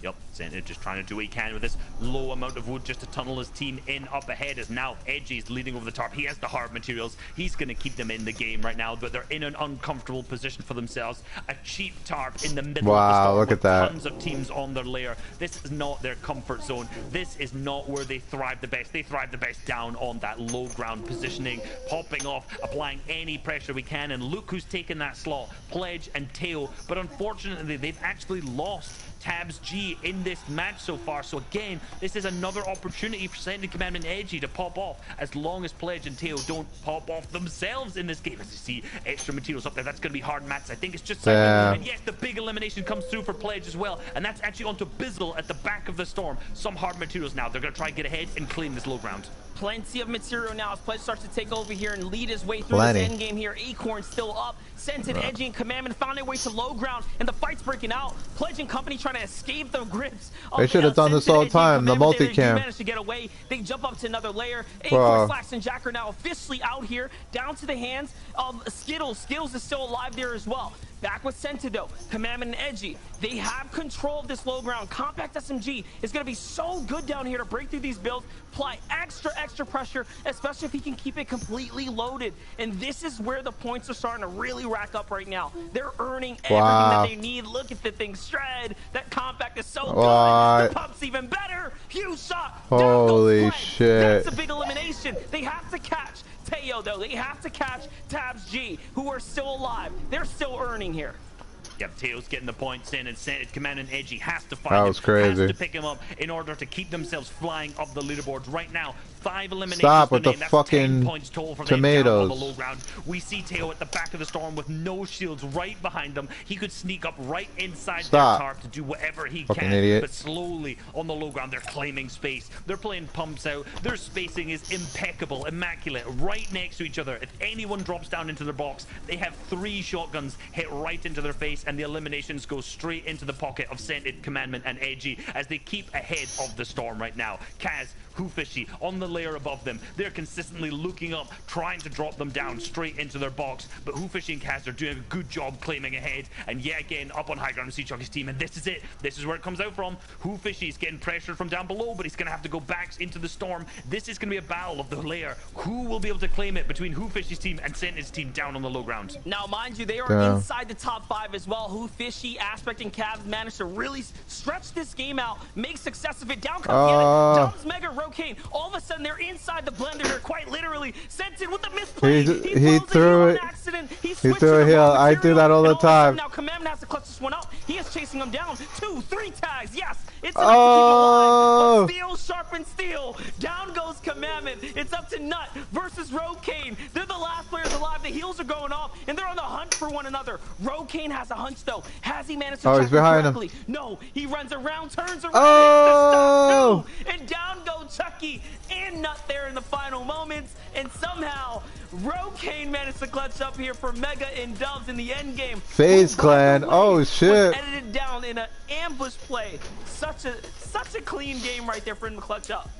Such a clean game there for them to catch up, but at the same time, not Chucky Yomzo. 16 eliminations. 1-6 elimination in second, which That's is crazy. a lot. My favorite play, quite frankly, centered, chucking a med kit right at the opponent, showing them, you can do it, Yeah. I'm not going to do it. To be honest, Classic a whirlwind of a mistake. crazy endgame when it came down straight into that 9th zone closing. And for Mega, Rokane, and Dubs to pick up the Victory Royale, with them being 11th at this end of day number 1, this is huge for them. Yeah, you can just really tell the nerves are high, guys, on the stage right now. But game number 9 was a one for the books. Definitely a memorable game. We're going to toss down over to Des with Zeke and company. Crunch those numbers, guys. Give us those leaderboards. Well, Monster, thankfully, I don't have to because I'm horrible at math. We have a team to do that for us. You'll have to see it. Oh, my God. Wow. I like that these guys are kind of putting out that a lot of these trios, there's a lot of chaos happening there, especially in the end game, but there's also a lot of pressure, right? We kind of saw some of this happening already in EU, right? Like, a lot of these mistakes you would assume aren't being made, but like right now, we're kind of at the tail end of the competition, right? This is finals, and if you want to be number 1, you want to walk with acts of champions, you have to be calm, cool, and collected. But the truth is, nerves absolutely play a factor in this. Yeah, 100%. Oh, yeah, 100%, especially for a lot of these new teams. I talked about it a little bit earlier. Duke, Justice, and Users don't think they've been in a position where they have been leading an FNCS finals before. So today they have placed 28th, 18th, and 19th in each of the 3 games that we've had today. So not a good showing from them, but we know that they have the potential. Their day 1, it was not anything too crazy to not think that it can't happen again. They are there, but I just think what you're talking about, the nerves are getting to them. So if they can switch their mindset up a little bit, these last 3 games can be huge for them. Yeah, absolutely. I think we talked about this yesterday, didn't we? The kind of the mindset of this all and being in this position it's different. Other teams have been there before, so that could be a major factor here. But let's take a look at the standings and see how things currently lie after that last game. We can see Tabs, Teo, and Pledge retain first position right now. 173 placement points, 54 eliminations, 281 points. Chaps, they've got a 40-something lead. That's Vivid's territory, maths. Zeke and I, we don't touch it. That's Vivid's territory. But still, a substantial lead, almost what Dukes had yesterday going into day 2. So, things can change on a dime. That's exactly what's happened. We're going to take a look at one of our trios now, actually. Night Shark and Clarity, who we've seen actually in the first 2 games today got back-to-back victory royales. And it's good to see that these guys, obviously they've been around for a long time, been around the block, and to see them have a great start. I think yesterday they finished up in 16th position with 98 points. Coming into today and suddenly back-to-back victory royales, really propelling themselves up the leaderboard here. And what we love to see is they have this great combination. They've got the ability, not necessarily eliminations are the strongest point, but a way of survival. Survival is always key for these boys, managing to find their way into that end zone, whatever the cost. And always, I think Vivid, in my personal opinion, managing to make a great case to get that victory royale, hence why they've done it twice already. Yeah, they actually are our only team in the finals right now to have 2 victory royales. They're the only team that has done it twice over the games that we have played, and they did it back to back. So, they didn't have a good game right there, the one that we were just watching. However, that does not mean that these last 3 games cannot be huge for them. And our spotlight is going to be going to none other than our leaders right now, Tabji, Teo, and Pledge. 20-point games. Wow. They have 9 20-point games. Adam, how many games have we played? 9 games. Yeah, so that's all the games they have played. Yeah, they've had 20-point game every single game that we have played. Elims versus top 10, 31. These guys are finding a lot of their eliminations in those final moments of the game in that top 10 scenario. Time without teammate, 137 seconds, which means that in just over 3.5 hours of gameplay that we have played over these 9 games, they've only spent just over 2 minutes. Not as a full trio. These guys are playing together like no other. Yeah, they really are. I mean, I can do simple maths there, guys. I got it right to a degree. But you're absolutely right here. And, I love that stat going back to, the XA guys and Clarity. I love that stat earlier on as well. I think we saw pop up that every time that Clarity is the tarper, they go from a 16th kind of average positioning to 8th position in the leaderboard, which just goes to show how vital it is when he is on point with those builds. So really excited to see what's going to happen next. We don't know, but 3 games left, but there's just 3 games left. That's insane to think about, right? We just finished all the action over in Europe, and now after 3 games, we're going to crown another set of champions. Ridiculous. Once again, Fortnite fam, don't forget, watch.fortnite.com, another great way to watch. But with that being said, you guys heard the Battle Bus, which means we're jumping right back into all of the action. So we're going to kick it back over to MDF and Reese to take a sip. A couple more rounds left, just a couple more rounds of Fortnite left here before we will crown our FNCS finals champion of this season. Already things have gotten very, very interesting. We've seen the difference between, especially for Duke users, you know, being uncontested today, having a struggle with Storm Surge. Sensitive, Edgy, and Commandment managed to find their footing again, right? And then, of course, the consistency from Tabs and his trio, just phenomenal all day long. And all these other teams, Reese, that have really risen to the occasion today. Dubsro King, Mega, Xset, Shark Knight, Clarity G, right? Like, there's just a couple teams now that are showing greatness here today. Yeah, absolutely on fire. In particular, obviously, the Xset boys alongside Clarity G. But, you know, one team I want to highlight.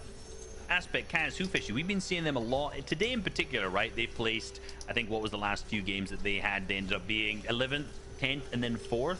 Whofishy himself donating 40% of his prize pool to charity for when he wins. So how can you not cheer on him? How can you not cheer on him when he's donating a lot of his money to charity? What a nice guy. That's actually a great point, man. Shout out to the man. Listen, there's a lot of awesome folks here in the community. Whofishy being for sure one of the few pillars of positivity this scene does have. So you love to see it. And you know what? Just for that, well, let's hope for Whofishy top 3, baby. Let's go. Keep it up. Yeah. You know, he's on the way. I'm going for it. Let's go. At least, because look, he's only what's it, 30 points off of top 4, and then just a little bit beyond that, the final stretch. But right now, that 3rd place slot is being held onto by Slacks, Acorn, and Jack, who have been FNCS champions in the past. So, you know, we got some heavy hitters up at the top of the standing right now. It's true indeed. And, you know, Duke's, Justice, and Users, not having the biggest day so far either, so they could definitely drop out. And that potentially leaves a slot open for Aspect, Kaz, and Whofishy to do it, or some of the other teams. Realistically, Duke's, Justice, Users, I'm thinking, can they change it up, right? They had such a monumental day 1, but day number 2? Can they turn it back on? Can they get back to their form from the previous day? And do you think that the first 3 games that they've had here are going to be a little bit of a deterrent for them? Are going to be down in the dumps? I mean, I hope not, right? Like, it's been rough, but we talk about it, like, the difference. So the game does change from day to day, right? A day 1, only 6 games, right? That's it. You kind of get what you get from that, but then everyone gets to hit the drawing board. Everyone gets to kind of review what they did right, what they did wrong, and sometimes it just comes down to a little bit of luck on the zone as well, right? Like, let's not forget Storm and where the Storms end are a huge factor in how you perform in the game. That last game in particular, we talked about what it would mean for Duke's Justice. I'm gonna run an ad. Have the zone fall in their favor. They didn't do much. 1 minute. But you know who did? Commandment, Sense, and Edgy. They make another end game. Make another splash here, a top 3, 7 elimination. So the first zone that sort of goes their way, they actually surprisingly managed to turn that whole thing around. And mind you, remember where they were positioned? In the lake, down in the water, right? Like, it looked like they were down bad.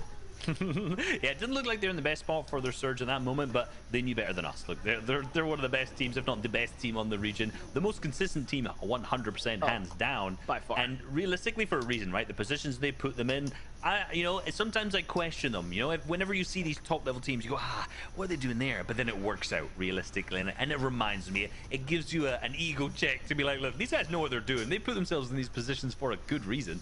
Now, I hate to say it, but they are shaping themselves up for a fine 2nd place right now. Like, they have to catch up to Tabs, right? G, Teo, and Pledge, who, when you look at the track record of what they've done in the last 2 days, they haven't placed outside of the top 11. There's no one here.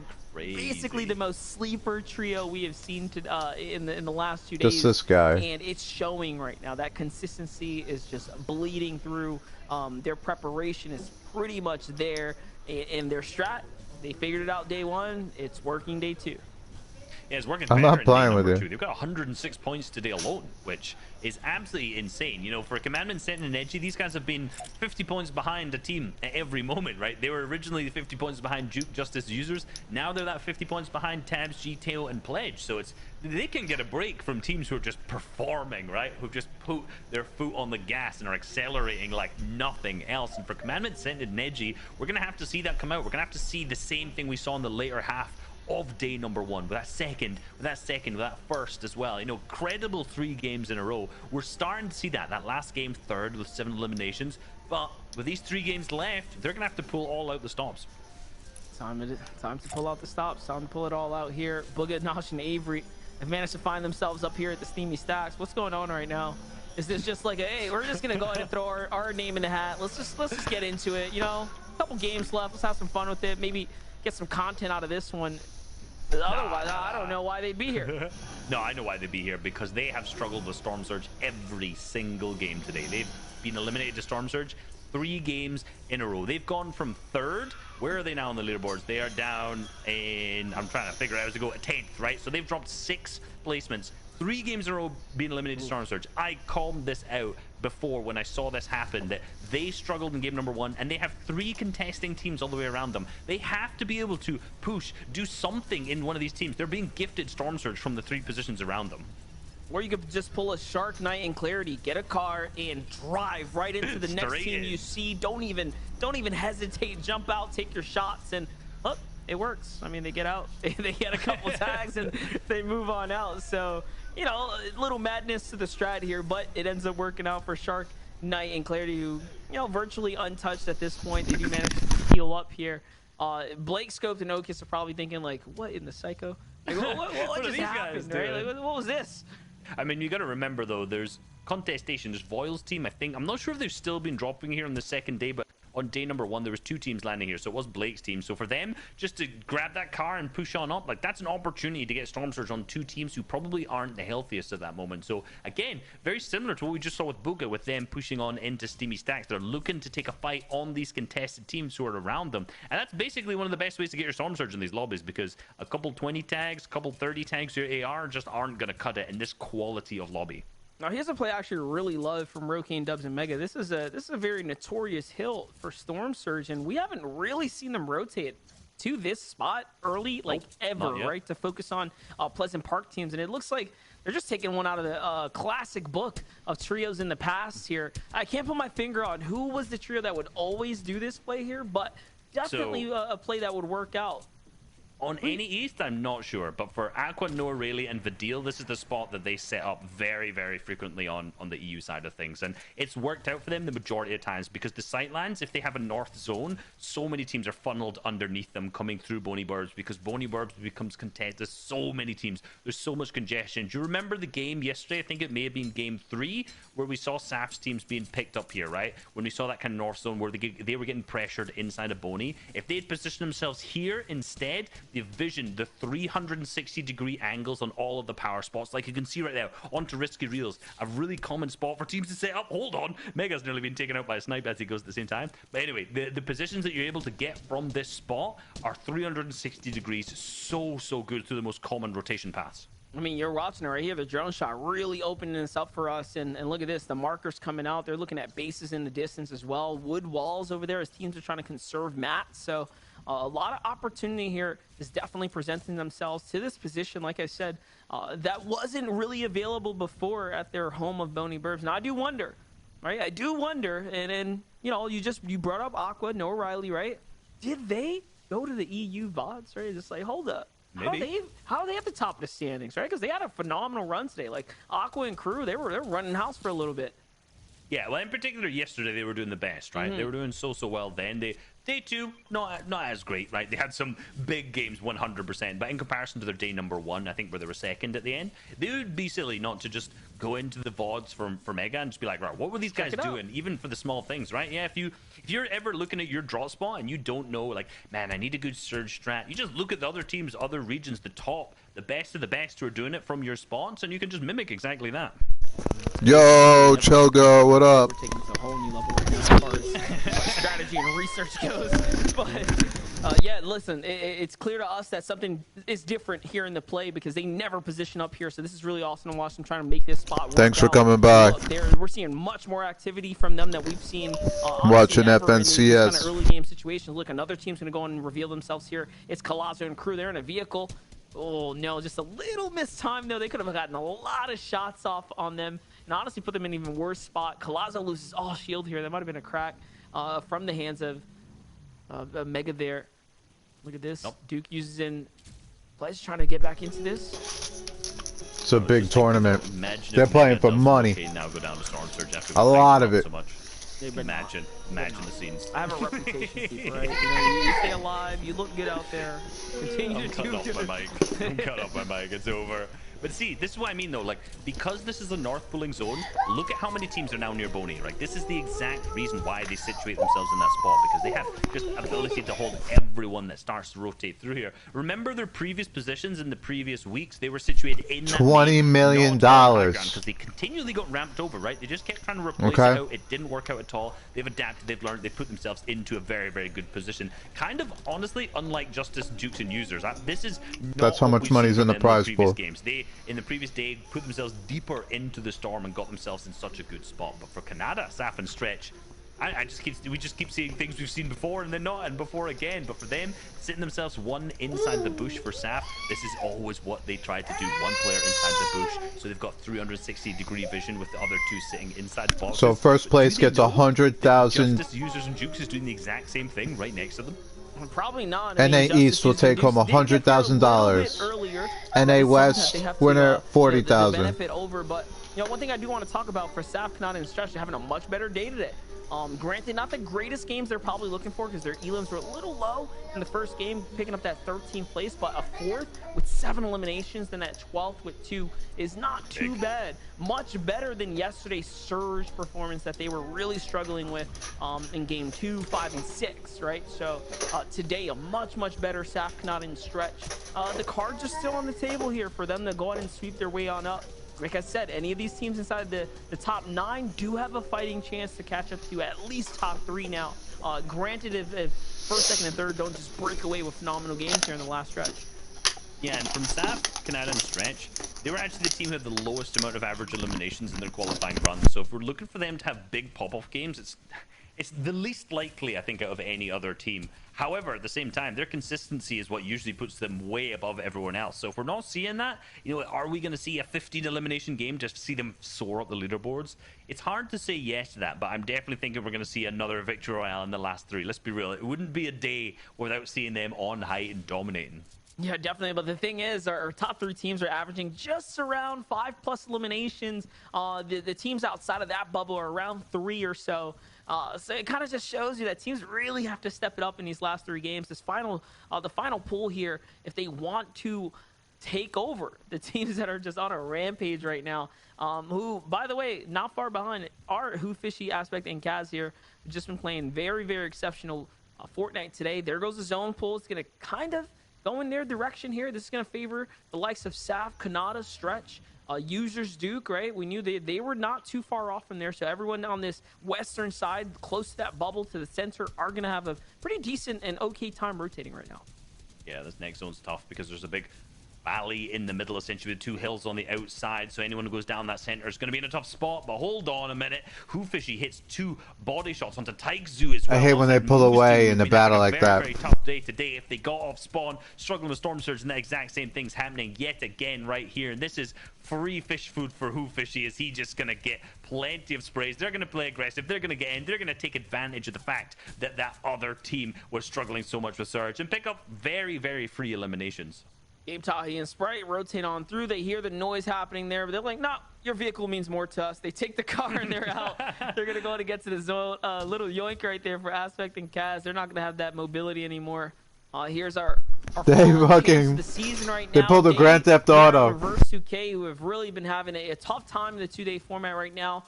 A little underprepared for the weekend, but you know what? They've had some great moments here nonetheless. And now a big fight breaking out between Booga, Avery, Nosh here, who again, this game don't have issues with Surge, right? Adjusted the strat to go on up to Steamy Stacks, but now versus 2K Miriam Day, probably not the same that we can say for them, right? They might just need this fight here.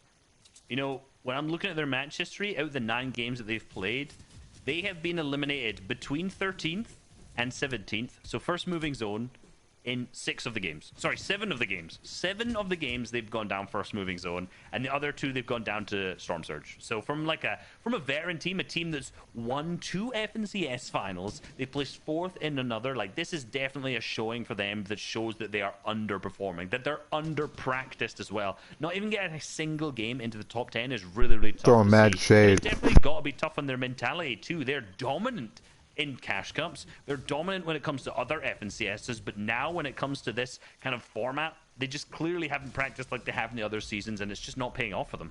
Yeah, it's really showing right now. The struggle starting to kick in, but hope is still there for teams to go and hop on up. Right now, Miro, Reverse 2K, and Day are holding a top 25.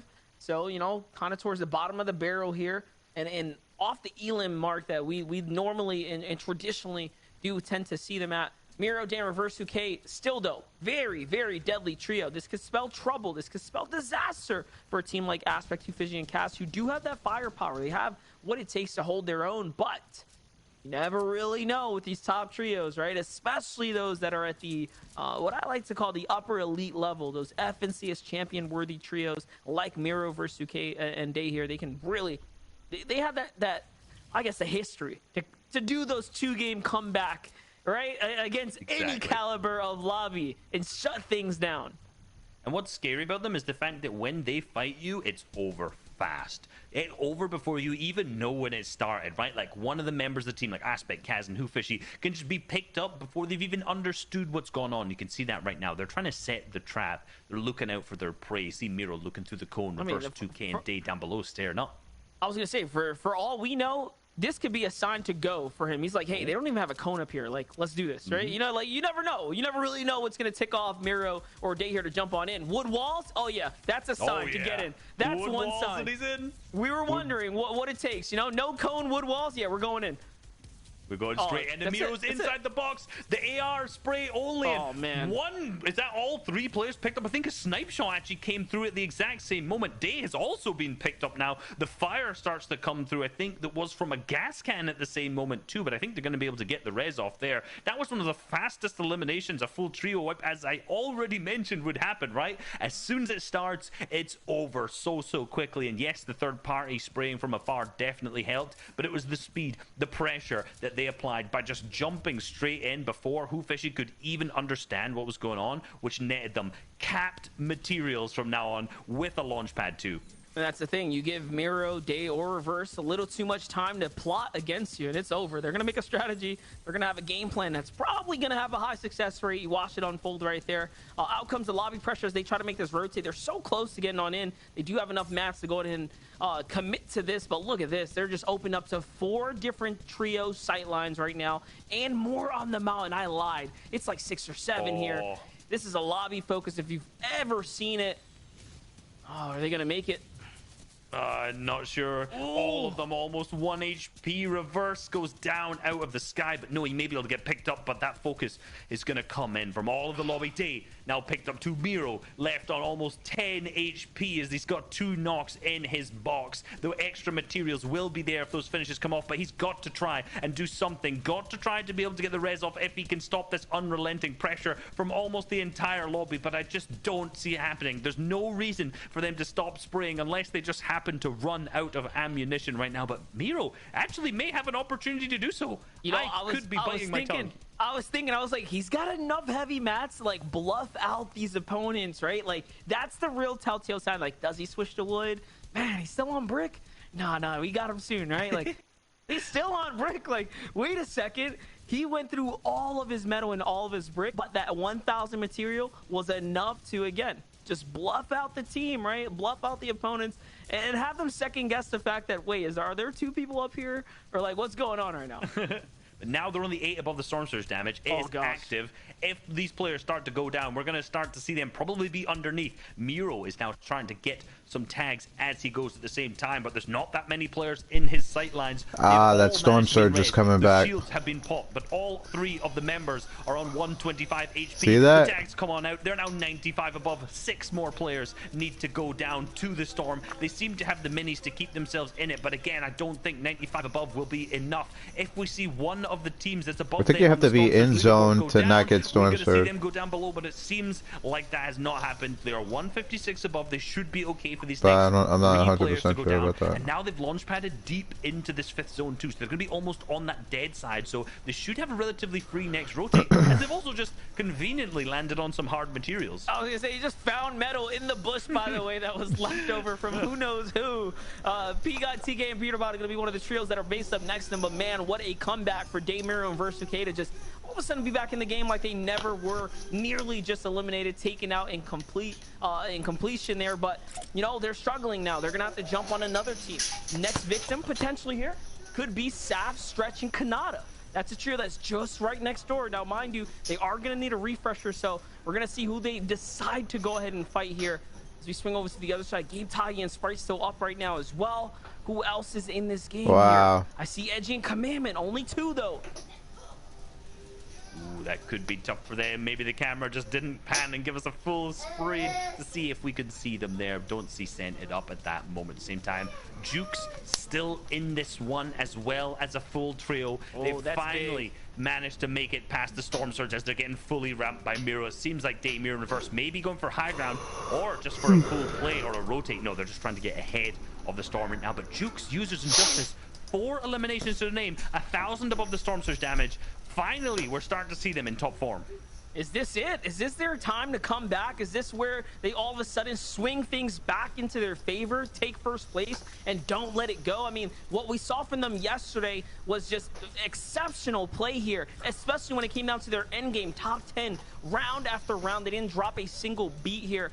Let's see, though. They're making this rotate. They're doing a great job here staying in front, but you notice other teams have this same exact strategy in mind. That's why Reverse 2K, Miro, and Day were swinging around the front. That's where normally Reverse 2K is in this? But there's no Scented here right now from what we can tell. Reverse 2K is going to find Gabe there in the feed. Scope onto Thatch. Skittles is going to go down to Dictating. That's the high ground team putting pressure. Miro finds Calazo as well. So Miro, Day, and Reverse 2K are popping off right now at 5 eliminations. Mega Dubs and Rokane still alive here. They end up giving up the high ground to Wrigley and Dictating, and now they're on the low ground here, so they might be clashing up here against Duke's Users and Justice. It might be all 3 teams that we're spectating currently on that low ground position. You got to think Scented, Commandment, Edgy probably around that same layer too. Jukes has changed that layer, got themselves up a little bit higher. They're still as a full trio up at the top here, still with capabilities of applying that pressure too. But Miro now, 5 eliminations on today, 2 eliminations on Miro. Might going for more, but he's going to be traded up instead. So it's going to be up to Day to see if he can apply that pressure, hit those shots back in return. And they might even be able to get the res off. They're not going to go for it at all. Reverse is going to start leading Day in, tunneling in him, setting himself up into positions to get as many shots as he can. That's but it. No, there's a player in the back. They left their guy behind. Comes out. He manages to dip outside of the box, but only 62 HP remaining. But a lucky zone pull will pull back to him and give him time. They left him to die. Just a great read right there to go ahead and turn around and actually just had a chunky shotgun shot right there to go and keep inside in the game here. And that's Kanata, Saf, and Stretch who are just down below. Reverse 2K has to make a decision here. Stay on the level,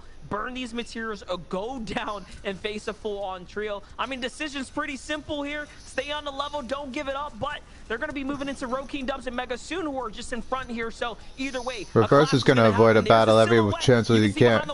Here they are, but Mega looking on the wrong layer here, almost drops his guard there and nearly gets taken out, but no. They end up giving up this grounds here, and they're still alive at the moment. Reverse 2K finds a full trio. Sprite, Tahi go down there in the feed. Reverse does find what he was looking for. Mega finds the refresher here. We're officially inside the top 8. As Justice finds Reverse 2K. Huge elim for him. Day's by himself now. That same layer. No, big shot there. Down goes Blake. Great points for him here. 6 already for his own individual elims. 6 for himself. He's sneaking, he's slinking around the back of the Storm. He's tagging a little bit of shot. He managed to have that chug turn at the back there, keeping him in it, but with such low HP, he's gonna have to try and do anything. One single shot from any AR, from basically any shotgun will take him out, but he has the materials, so he's gonna cover his top, he's gonna cover his bottom, but he is on that second bite, and that pressure is gonna start to come out from the top. A player's onto his wall, but no, he manages to block it off. He goes out, he goes for the shot. No, he manages to yet again disengage, get back out, but again, he's playing so careful, so fast. The player goes through from the other side. No, He's out, and it's P-God who picks Day up.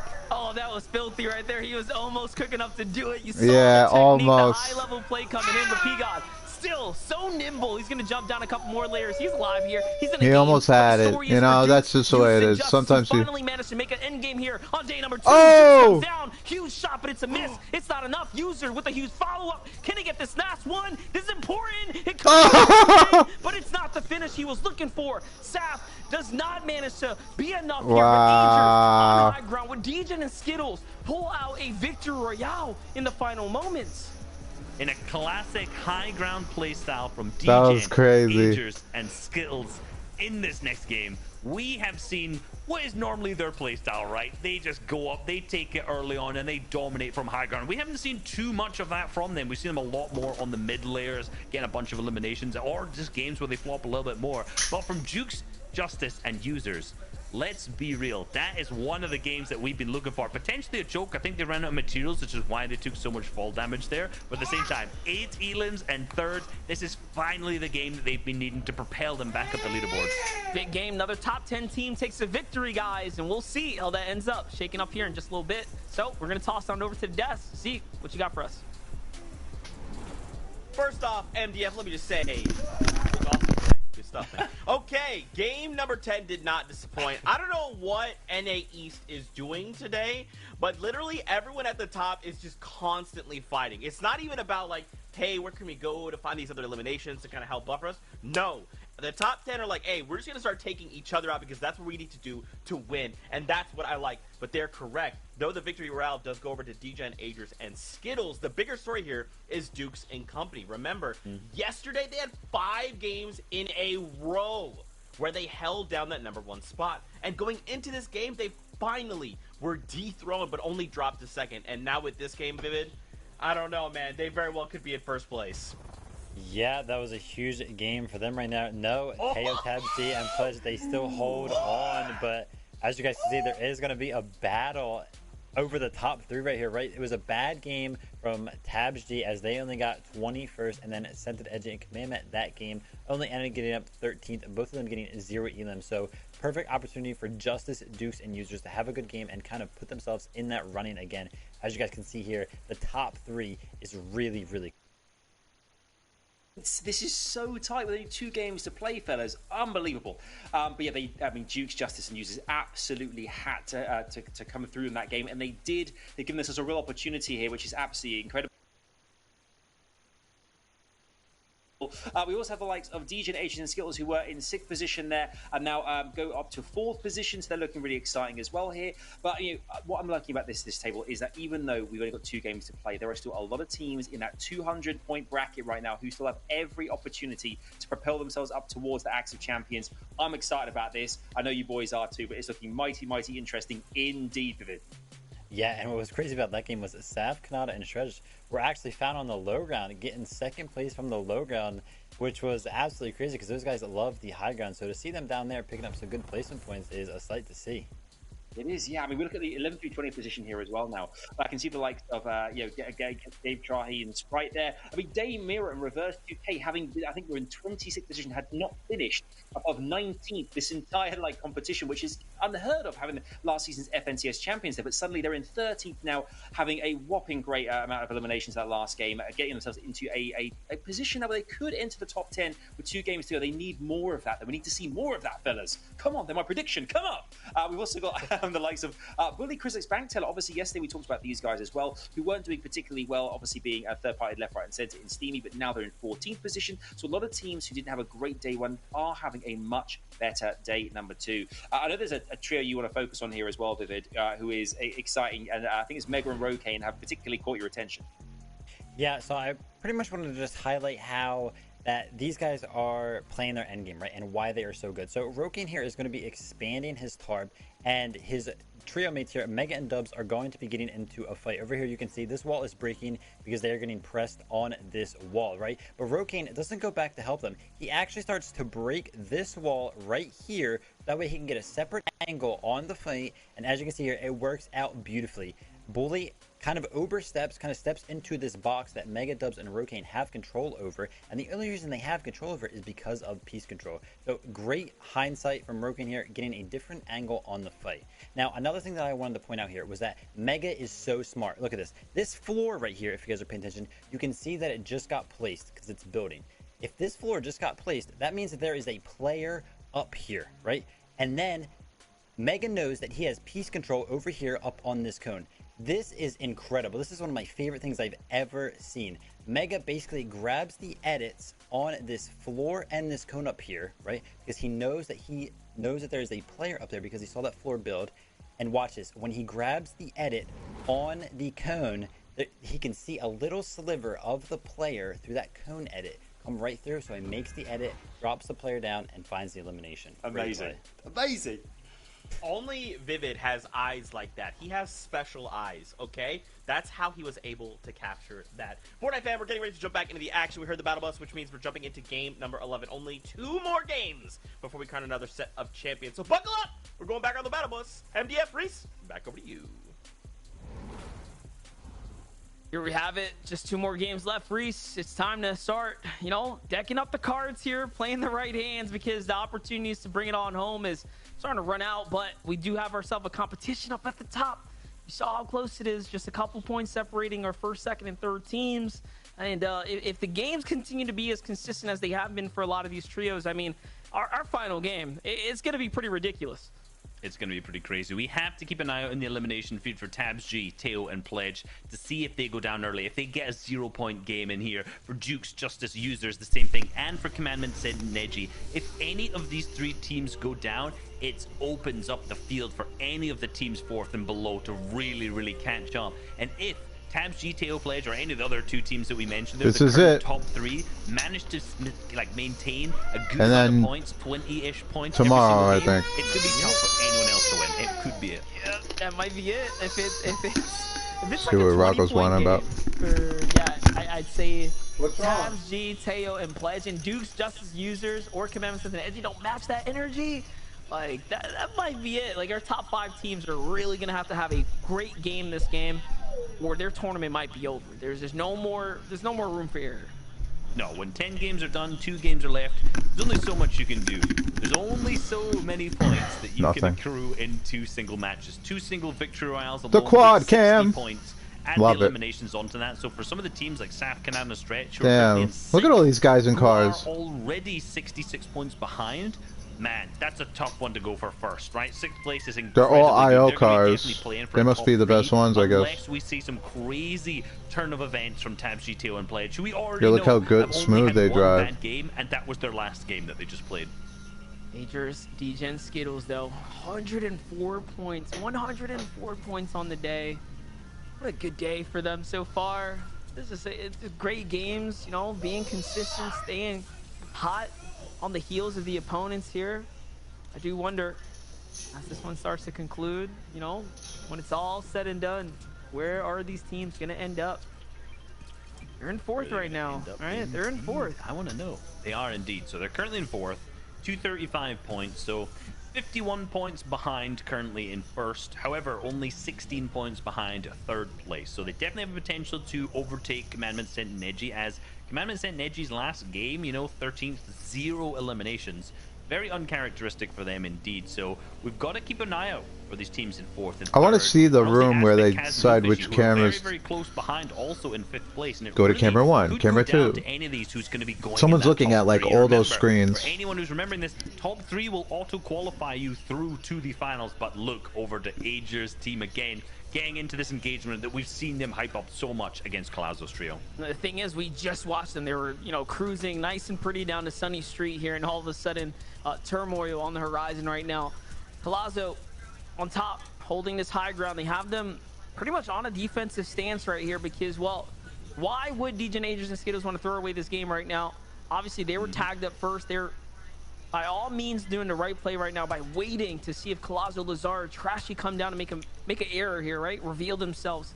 Colazzo could be the first one to get targeted. We'll see who they decide to jump on. Yeah, and we know DGen's team doesn't have that many materials. However, Colazzo's team did manage to get Aegis that is out of llama mats. already. So yes, he's completely out. We know the other team has a ton of materials left, so Agers is going to have to try and get up in his face. But no, all three of them are just going to jump straight into the car and try to make a getaway. But no, Agers is tagged up big time. No way. TGen is only taking 50 damage, but that car is really, really weak as well. And if this blows up right now, that could completely take out Agers. But look at that view. It's a need for speed style getaway, and they are out. They survived. Let's go. How in the world did they just survive that? And they didn't even lose a single tire, by the way, so the car still has some decent health here. They're alive. They make it out. That was a getaway. That's what Fortnite's all about right there, isn't it?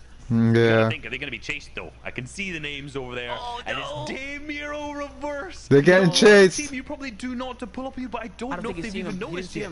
They must hide. You guys have to hide behind this. Cover your line of sight. And Damiro reverse have gone past, completely oblivious to the fact that DJ, Agers, and Skittles are here at the edge of the map with nothing, no materials to work with. This would be the freest 6 points that they could ever they had have no if they idea roll through here right now. But no, they've not managed to spot them. Mind you, Reverse K Damiro, they rotate out quick for a fight. So like that is quite literally what they're looking for. Yes, they are looking for a fight. And man, I hope you guys, you can breathe now, all right? If you were holding your breath, it's okay. They survived. That was insane. Just, you know, near Elim experience, if you will. Back to back. 100%. 100% that was wild for them, right? That's going to be big. And remember, because they are currently in 4th place, that could have thrown, honestly, if they went down there the whole tournament, if they clutch up a big game in this, that, remember, the fact that Damiro Reverse just drove by and didn't see them is indeed legendary. That would be so crazy. That's going to be a meme. Montage out of this one single game here, how quickly things just could have crumbled for them. So, all right. Now we got something to root for. Agers, DGen, and Skittles here, whether or not they can actually bounce back here, pull a victory. Now, if they do, there'll be another team to go back-to-back today. So, guys, mind you, this is a very tough ask we're putting on the table here. So, you know, bear with us. We're asking for the near impossible, but it is possible. They're still alive. It is indeed, and this is the remnants of what we saw. This is where Damiro and Reverse were headed. This is the destination they had on their GPS in that car, and they were pushing into this fight that we've seen so many times, but it seems like they're not looking to take it. This fight has obviously gone on a long time between Bank Teller's team going against Clix's team here. They're not looking to see if they've cleaned up any remnants. We saw on the map that there was a singular player at least up to the north, but they're just going to get on out here. And what I can see is that neither of these teams have actually been eliminated so far in this game, so unsure where they are. It seems like they may have disengaged, but they didn't disengage past Damiro in Reverse. Yeah, they were just a little too late to get to the steamy stacks here and try to find the fight. I was about to call it the Kevolution Energy. I was like, huh? Wait a second. No, yeah, you know, the steamy stacks powered by Kev, you know? There you go. You see it. I see the vibes. I saw there was a DreamHack question. The only time I ever saw. What was the name of the steamy stacks? What's it called? And I remember on that day I played Soul Arena, walked past and read that sign, and I've been dropping at that drop spot for 7 seasons, and I was like, oh, this place is called the Kevolution Energy. Oh my gosh, that's actually incredible. Little things like that, little Easter eggs inside the Fortnite world. Yeah, look around, man. The art team's got some cool stuff planted everywhere. 100%. 100%. Brocane, Mega Dove's back. If you didn't know, now you know. Kevolution. Hey, they're just trying everything, aren't they? They went south this time. Yeah, and actually one of the things that's cool is you can see that Weeping Woods, like, because of the trees that have been just completely ripped out, right? You can see the fire damage that's caused them to knock all the way down. One gas can or a couple fireflies, because the trees are so close to each other, just wipes out basically this whole area. So if you want to rotate through here, if the trees are there, great, your sightlines are covered. But if you want to get Storm Surge tags, those trees cover every single player trying to rotate in. So if you're Dubs, Rocane, and Mega, and you want to get tags, you just burn down this area using potentially the fireflies or the gas cans, and it just opens up so many more of your sightlines. But again, it's a tough place to get tags on because of the hills. There's still a lot of ways that your sightlines are blocked in there too, so we'll see how that Storm Surge strategy plays out for them. Yeah, definitely. It might work out though. You saw right there, they caught a couple tags onto Acorn, Jack, and Slacks, who were just rotating up from the steamy kind of area there. Night Shark and Clarity have already done their bum rush into the Holly Hatchery for a fight as well. You can see they're looking to get out. They've been using this whole use a vehicle, hop on a team strat. It's been working out for them so far today. Aspect, Who Fishy, and Kaz on the other side playing deep zone right now. slow and steady. I'm trying to figure out what the play is from here. Why they've ended up so deep. I mean, they have really good loot. 127 builds on Aspect as well. Potentially they're trying to keep their distance from a specific team that we saw was close by, but maybe a storm fight ensued because they seem to know something that we don't, that maybe in Believers Beach there's a team roaming around deep in there that they're looking to get tags on, that they're going to hold down in Storm, but I'm not seeing it. I'm not seeing any names pop up. I'm not seeing anyone on the map. Oh, there they are. Now they're starting to come in. Okay, Aspect, I think, has spotted them. However, yes, the sniper's out. He's going to try and look down long range, see if we can get anything through. But I don't know if this is going to be worth it, because the longer they wait here, the longer they're going to have to rotate, and the more teams are going to be situated on edge to hold them. Yeah, and the other thing is, you know, how active have they been? How many fights have they gotten into, right? Like, they might have survived this first kind of surge situation, but, you know, the game's going to continue to roll on. I think it's worth noting that this lobby here is finally, you know, one of the lighter ones, I guess, right? 79 players up, but, yeah, up until this point, you have had just stacker after stacker, round after round. And actually, look, a person was rebooted, so we're back up to 80. Just as I was kind of mentioning the lightness of the lobby, no. They're going to surely keep that number right back up. Yep.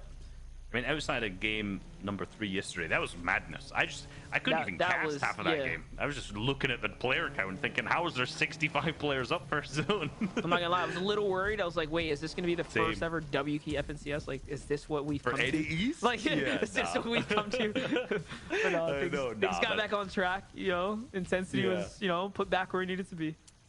Yeah, those players are just adapting to the crazy stackness that was game 1 and game 2, though. And then I think it gets kind of slowed down, right? Most of the Storm Surge has been roughly around 80 players. The level of stackness has been relatively similar in the majority of games. The teams who are taking fights in every other match as well. So, you know, necessarily the games haven't changed that much going on to this day as well. But for Koofishy, Kaz, and Aspect, that question has been answered. How much have they done? And they've done 95 above.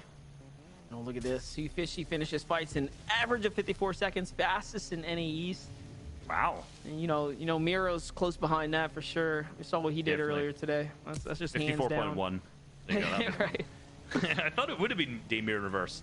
If, as a trio, at least, would have taken that tick box for that one. But potentially as the solo, this has got it. But hold on. They're starting to rotate into Teo, Tabs, G, and Pledge, who are actually in a fight with Gabe, Tahi, and Sprite at the same time on this Edge of Storm, and Koofishy's team potentially might make this faster than 54 seconds. We're watching a huge engagement right here, and look, they're not even looking to jump in. They're just going to fire at these weak and fresh builds from the side. This is going to really entice the other team on the other side to go ahead and get inside. It looks like Teo and Pledge are in the better position. They're on the backside of these walls, but do they own them? How much control do they have here? And they need the surge, so yes, this is going to be a pleasure for Pledge now. If he can find his shots, but no, he gets punished pretty big there. He's got to be careful and look for a new angle. Come down, slow down, and start healing. 40 seconds. They have plenty of time to find these tags here, but they need to do it now while they have the attention of Koofishy shooting these builds. He does need to do something. Pledge, the one that's closest to him, Tabs G is on that side, but Teo is keeping his distance, but potentially going out over the top, and maybe he can get a shot through into Aspect, Kaz, and Koofishy and spray back before they even notice. That may be their best opportunity, but no, it seems like Pledge is going to get in, get close, go for a box fight instead, potentially go for some tops as he builds as much space as possible. Yes. Look, he's going for it. He's waiting for them to start spraying. He's taking his sniper out. He's looking. He built all the way around here to get this angle.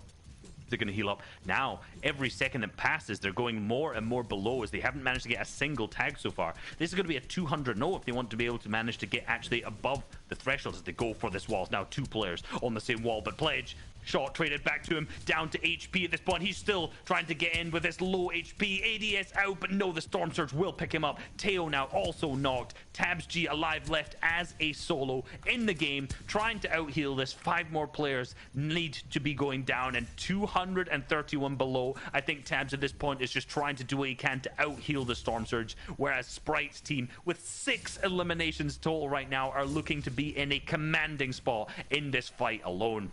And they're 1,000 damage above here. Ty's gonna step up here. He wants to take a swing at that. Tabs G on the run right now. He's gotta hit some shots though. We already know these 3 medkits can definitely help him in this kind of spot, but he doesn't have the time to sit down and actually use them. And that is wraps for our #1 team right coming behind into them. game 11. Tabs G, Teo, and Pledge. fall to the Storm Surge for what might be the second time today, because they did just get taken out in 21st right before this. So these are 2 games back to back now where trouble is starting to set in Paradise here, and the standings are open. They're open once again for Duke's Justin Users to take their spot back in #1, or Commandment Sense and Edgy to jump up. I said at the start of this game, the teams in the top, in particular when it came to TabsG, Teo, and Pledge, cannot, and I mean cannot, have 0-point games. For that, right there, a 0-point game. And the game before that for them, I think was, what, a 5-point game? Let me just check. Yes, a 5-point game. So it's 5 points across the last 2 games for them. You've got to think that for TabsG, Teo, and Pledge, the nerves are starting to set in. The potential idea, the thought that they could be FNCS champions, maybe getting them too much in the later half of day number 2.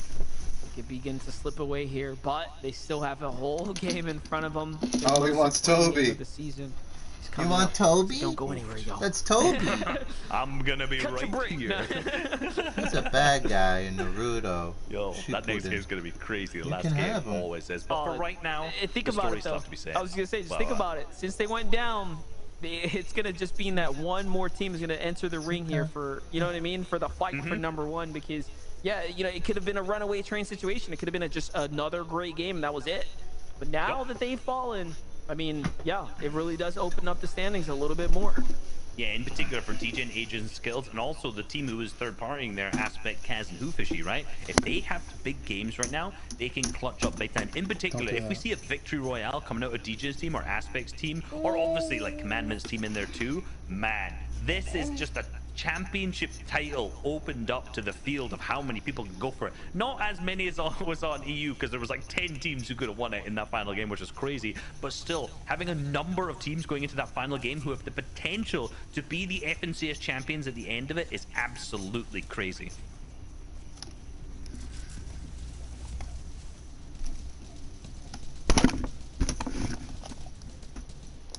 Right now, Don't do that. see what we're gonna see. As Justice Team still in it as well. This is close. This is very close. It is. It is close. It's close indeed. User Team, yeah, look how low below the threshold they are. Getting into a fight as Justice is actually picked up here as well. Users now down to low HP. Jukes as well. The second place team now also may be picked up here with only 4 points in this game. Very, very important fight here. They go down, this is it. It's completely open for everyone else, but look, he gets a big pickup. Users picks up Justice here, and he actually throws him inside an enemy box. Can he get the save here? He's got enough distance, but Knife, Fish, Donnie here, they're on the way. They're starting to look. They're looking to see if these floors are weak, and they're waiting for one another to open fire as a team. But no, instead they hesitate. They think against it. Little do they know that is the team that can actually take home the #1 spot right now. And oh, wow, they survived. Duke's Justin Users are also granted another opportunity in this lobby when they should not have it. They should not have this chance right now. That should have been wraps for them. Knifer's team just made a potential, oh, I was about to say, tournament altering decision there, but not only that, Jay's got beamed out the sky. Donnie's now left at the back of the solo as Justice is picked up for the second time as he's got lobby focus from outside, and Donnie's team did not pick up the knock, but they're gonna finish and get all of the loot for that too. So Jukes and Users now left in this as a duo. They're fine on the Storm Surge, but they're not very fine on the rotate. Very much similar to in game number 7 when we saw Hoofish's team burn that launch pad to get themselves into a better spot. We're seeing it again, but now they're switching to full metal builds. Will they be able to suppress the lobby focus? It seems like the eyes are not on them, which to me suggests that the eyes right now are still onto Donnie's team, so potentially not going for that fight was not the correct play. Oof, they just pulled that off. They just managed to stay alive a little bit longer. Scented also by himself right now, split up from Edgy. Edgy on the other side, fighting Skittles here. Edgy, this is a very important 1v1 right now. First, second, third, all of which have had their own tumultuous games here, having struggles coming into this round right now. Aegis and Skittles find one another. Sense and Edgy will find one another. They are still in the game. So now another team has been fragmented here. Another top 3 trio all of a sudden has lost a member, and they are having a hard game. And this is an important game. This is a very, very pivotal moment for all of these trios here, Reese.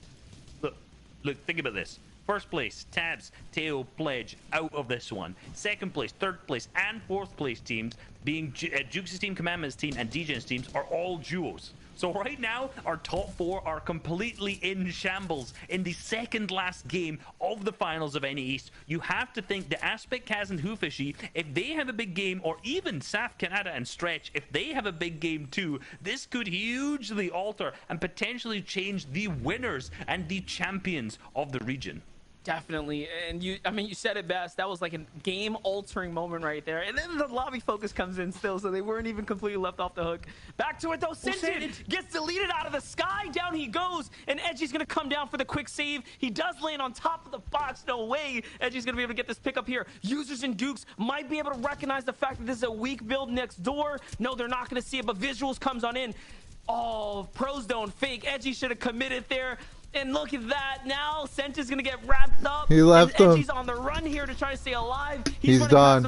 He's getting chased. No additional focus is coming in. It's Yeah. all or nothing now as he's scrambling here to Yeah, stay he up. fucked up. He's starting to run out of the heavy mats, and there he goes down, and that's it. Third place out. He got It's even focused closer on. now. Third place is out, but second place right here, almost out. Jukes When they know you're ultimate alone, hit, you're no done. shield to his name, and I'm pretty sure User still has some in his inventory, but them as a duo is so tough. Another duo underneath them, Day and Reverse as well. I don't feel like we're even watching trios at this point. It would seem like every single team that's had a contention spot, that's had a pop-off, seems to be in this game as a duo. So for Users and Juke right now, they hopefully have that launch pad that they can able to get. Is he some saying of the duo? that signature And aggression it sounds like when he's it comes saying to Pistol. Jew. They want the It's replay. funny. They want to ensure that they can keep themselves moving through the first moving zones. That 6th zone. Duo. Don't forget, guys. Agers and Skittles are still alive here. That's our fourth place team. Just He's saying duo, but he has an accent, so it sounds like he's saying Jew. Slash is still up. They still have a chance here. On high ground is Bizzle right now, but Users down to 1 tag. Users falls. Dukes now has no HP. He gets landed on by Jack and Slacks. They're next door, and they get him taken out. Down goes Dukes, and all of a sudden that is it. 1, 2, and 3 are out of the game here. The standings are open officially for the other trios to jump on up to really set us up for a close final game 6. Those final game 6, 1, 2, 3, and 4 are out, which leaves Aspect's team still in it. This and it was is it. Kaz who actually picked up the 1v2 onto Azur's team, so huge place from End them. game. Stretch still in this as well, our number 6 team. Liquid Not playing Stretch. their usual high ground play style, but they're close. And that's What what a I would pro, bet right? any money on it right now. Stretch is gonna look up. He's stuck in it for the long He's gonna run. start spraying, and they are gonna look to claim the victory royale in this Where's game. Tifu? They are He doesn't not a even team who's exist content anymore. With being second height, with being mid-ground layer. They're a team who wants to play height, and they want to pick up the victory royale. This is the opportunity right now. Opportunity of a lifetime here in the tournament. As no, the launch pad gets broken out there. Stretch is the only one who manages to take it. Kanata barely saves himself there, almost taking fall damage and getting taken out of the round. Here it is. Gabe is going to go on and fall. This all is the way to insane. low. Jack's Look at still this. up. Other names still in this game as well. I am seeing, of course, Avery here. Hoofishy and company still up too. There, Kanata does manage to get down to his trio. Here's Stretch trying to branch his way on up. This is reminiscent of the final game of last season as we saw it all come down These are here. the But don't worry, we get to continue this arc here today because we still have another It's a round classic in front of us. team. Depending on how this plays out though, Reese, Stretch could jump up to top 3 here.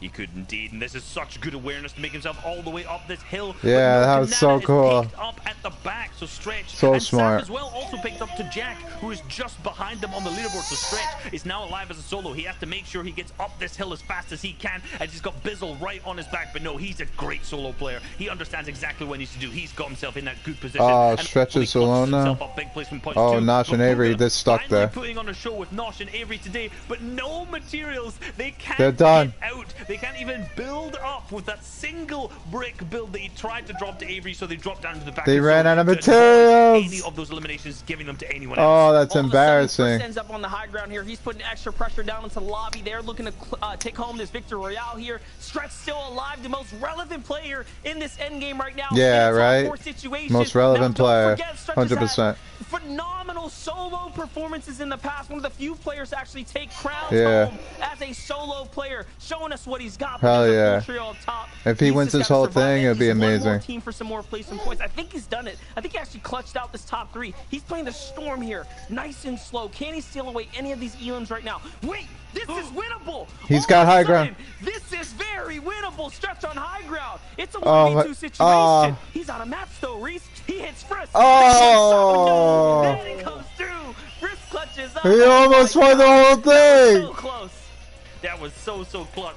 But for visuals, big LG, Stretch. Yogi, and Frist as well. They're going to pick I up was the pulling victory for him in the round end there. He the missed second that last shot. game for that as well. For them, they were looking really good at the end of day one, but I'm not sure how close they were to the top at the end of our current leaderboard, so how much that actually impacts the top 3, the top 5. But look, Stretch, what a show he put on there. Right. Clutching up a top He should 2 have as stayed well, higher. from being all the way down on the mountain, having to climb all the way up through the crevasse to make their way up to the top. Right, there that to whole get a thing top was 2. insane. Beautifully executed play, and I'm sure that he's going to be happy with that, and in particular coming into this final game. Hey man, definitely it's keeping it interesting for us here on the desk, and you know what? The story continues on. Let's hurry up and get to Zeke here so he can get to this last game.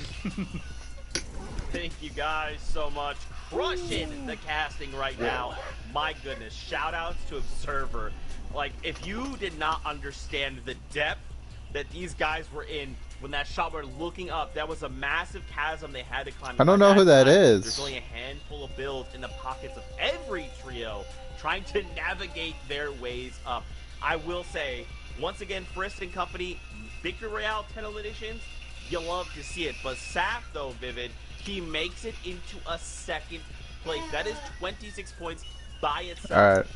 Yeah, I mean, Trust goes huge right I there. might not be here for the last match, but I'm going to leave it up. Then him there, but he makes a great storm play, hides away in the storm because he knows he has that chug cannon, use the remainder of his builds to sneak up on the high ground, give him a shot at honestly winning the game as MDF called right there. You know, there was a real opportunity for him to 1v2 that situation, but, you know, that out of the picture, he picks up second place regardless, picks up a ton of solo points. And, you know, looking at the leaderboard prior to that game, they were in 6th place, trailing by around 40 points outside of top 3. So that clutch right there, combined with the eliminations, is, as you can see here, going to put them in the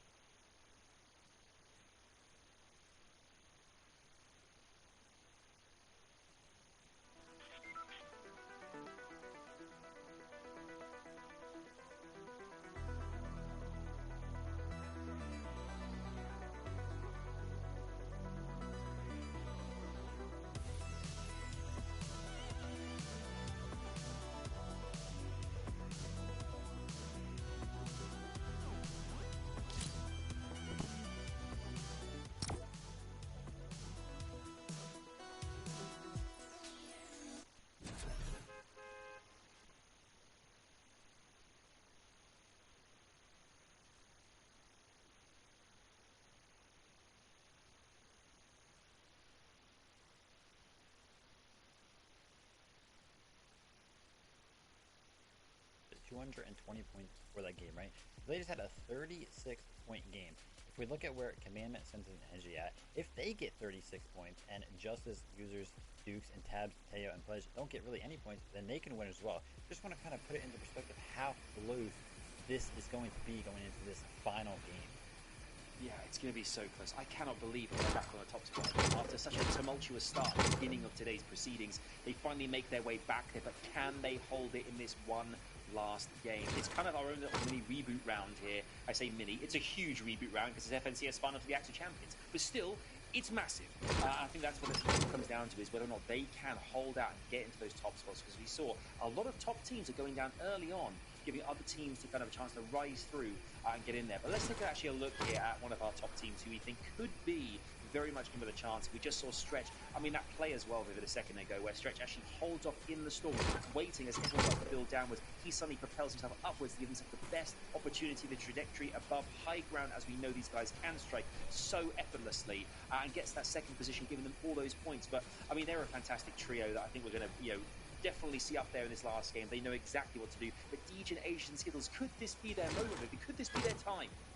Yeah, I mean, them getting out of 20 is going to be really, really important for them to be able to establish a run at like top 3, potentially even at top 1 slot, right? Because in that last game we saw that trio that they were specified, Lazo, Lazar, and Trasher, they actually made a little bit of a push on them that game, and they ended up being a shambles. So unfortunately, in that that sense, so they have to kind of figure that out for this last game because it's all on the line.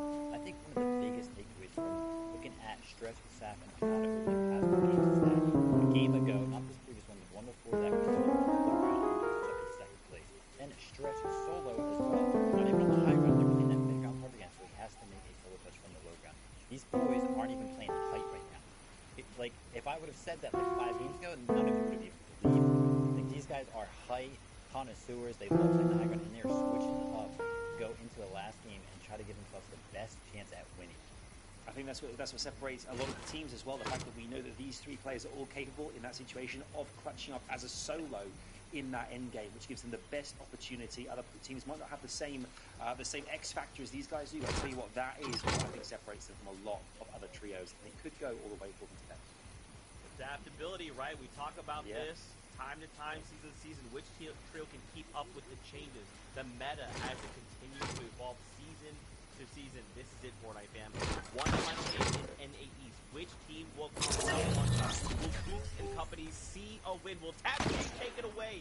So much here to fight for. And don't forget, if a team doesn't get a big royale, they're trying to move up as high in the standings because at the end of the day, you're still playing for prize money. Even if you don't walk away number one, if you go from 16th to 5th, that is such a difference in prize money.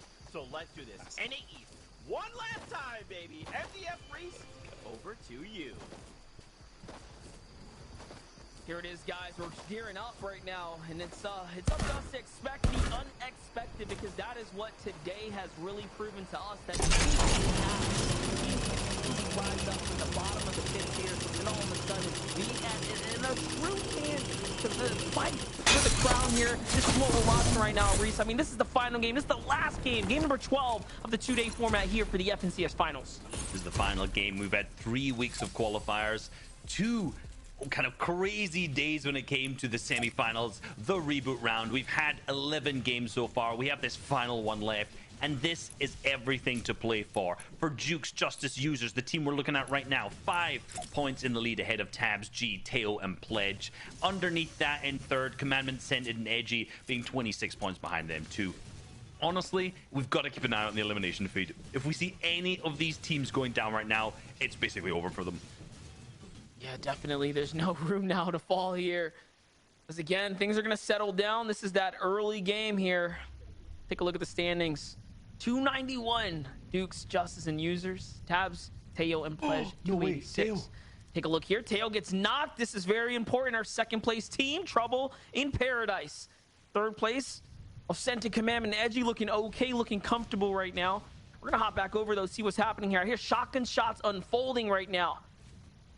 Well, what's happened is a team switched up their drop swap potentially, or was he picked out of the sky upon drop? And it seems like it was that. So the bus came in from that southwest side, and one of the teams who'd landed on the Guardian Tower actually managed to knock him out of the sky. So panic over a little bit there. You know, I was getting a little bit worried. I thought there was a team switched up the drop swap, potentially went for the congestion there, trying to fight them, but no, they're lucky there.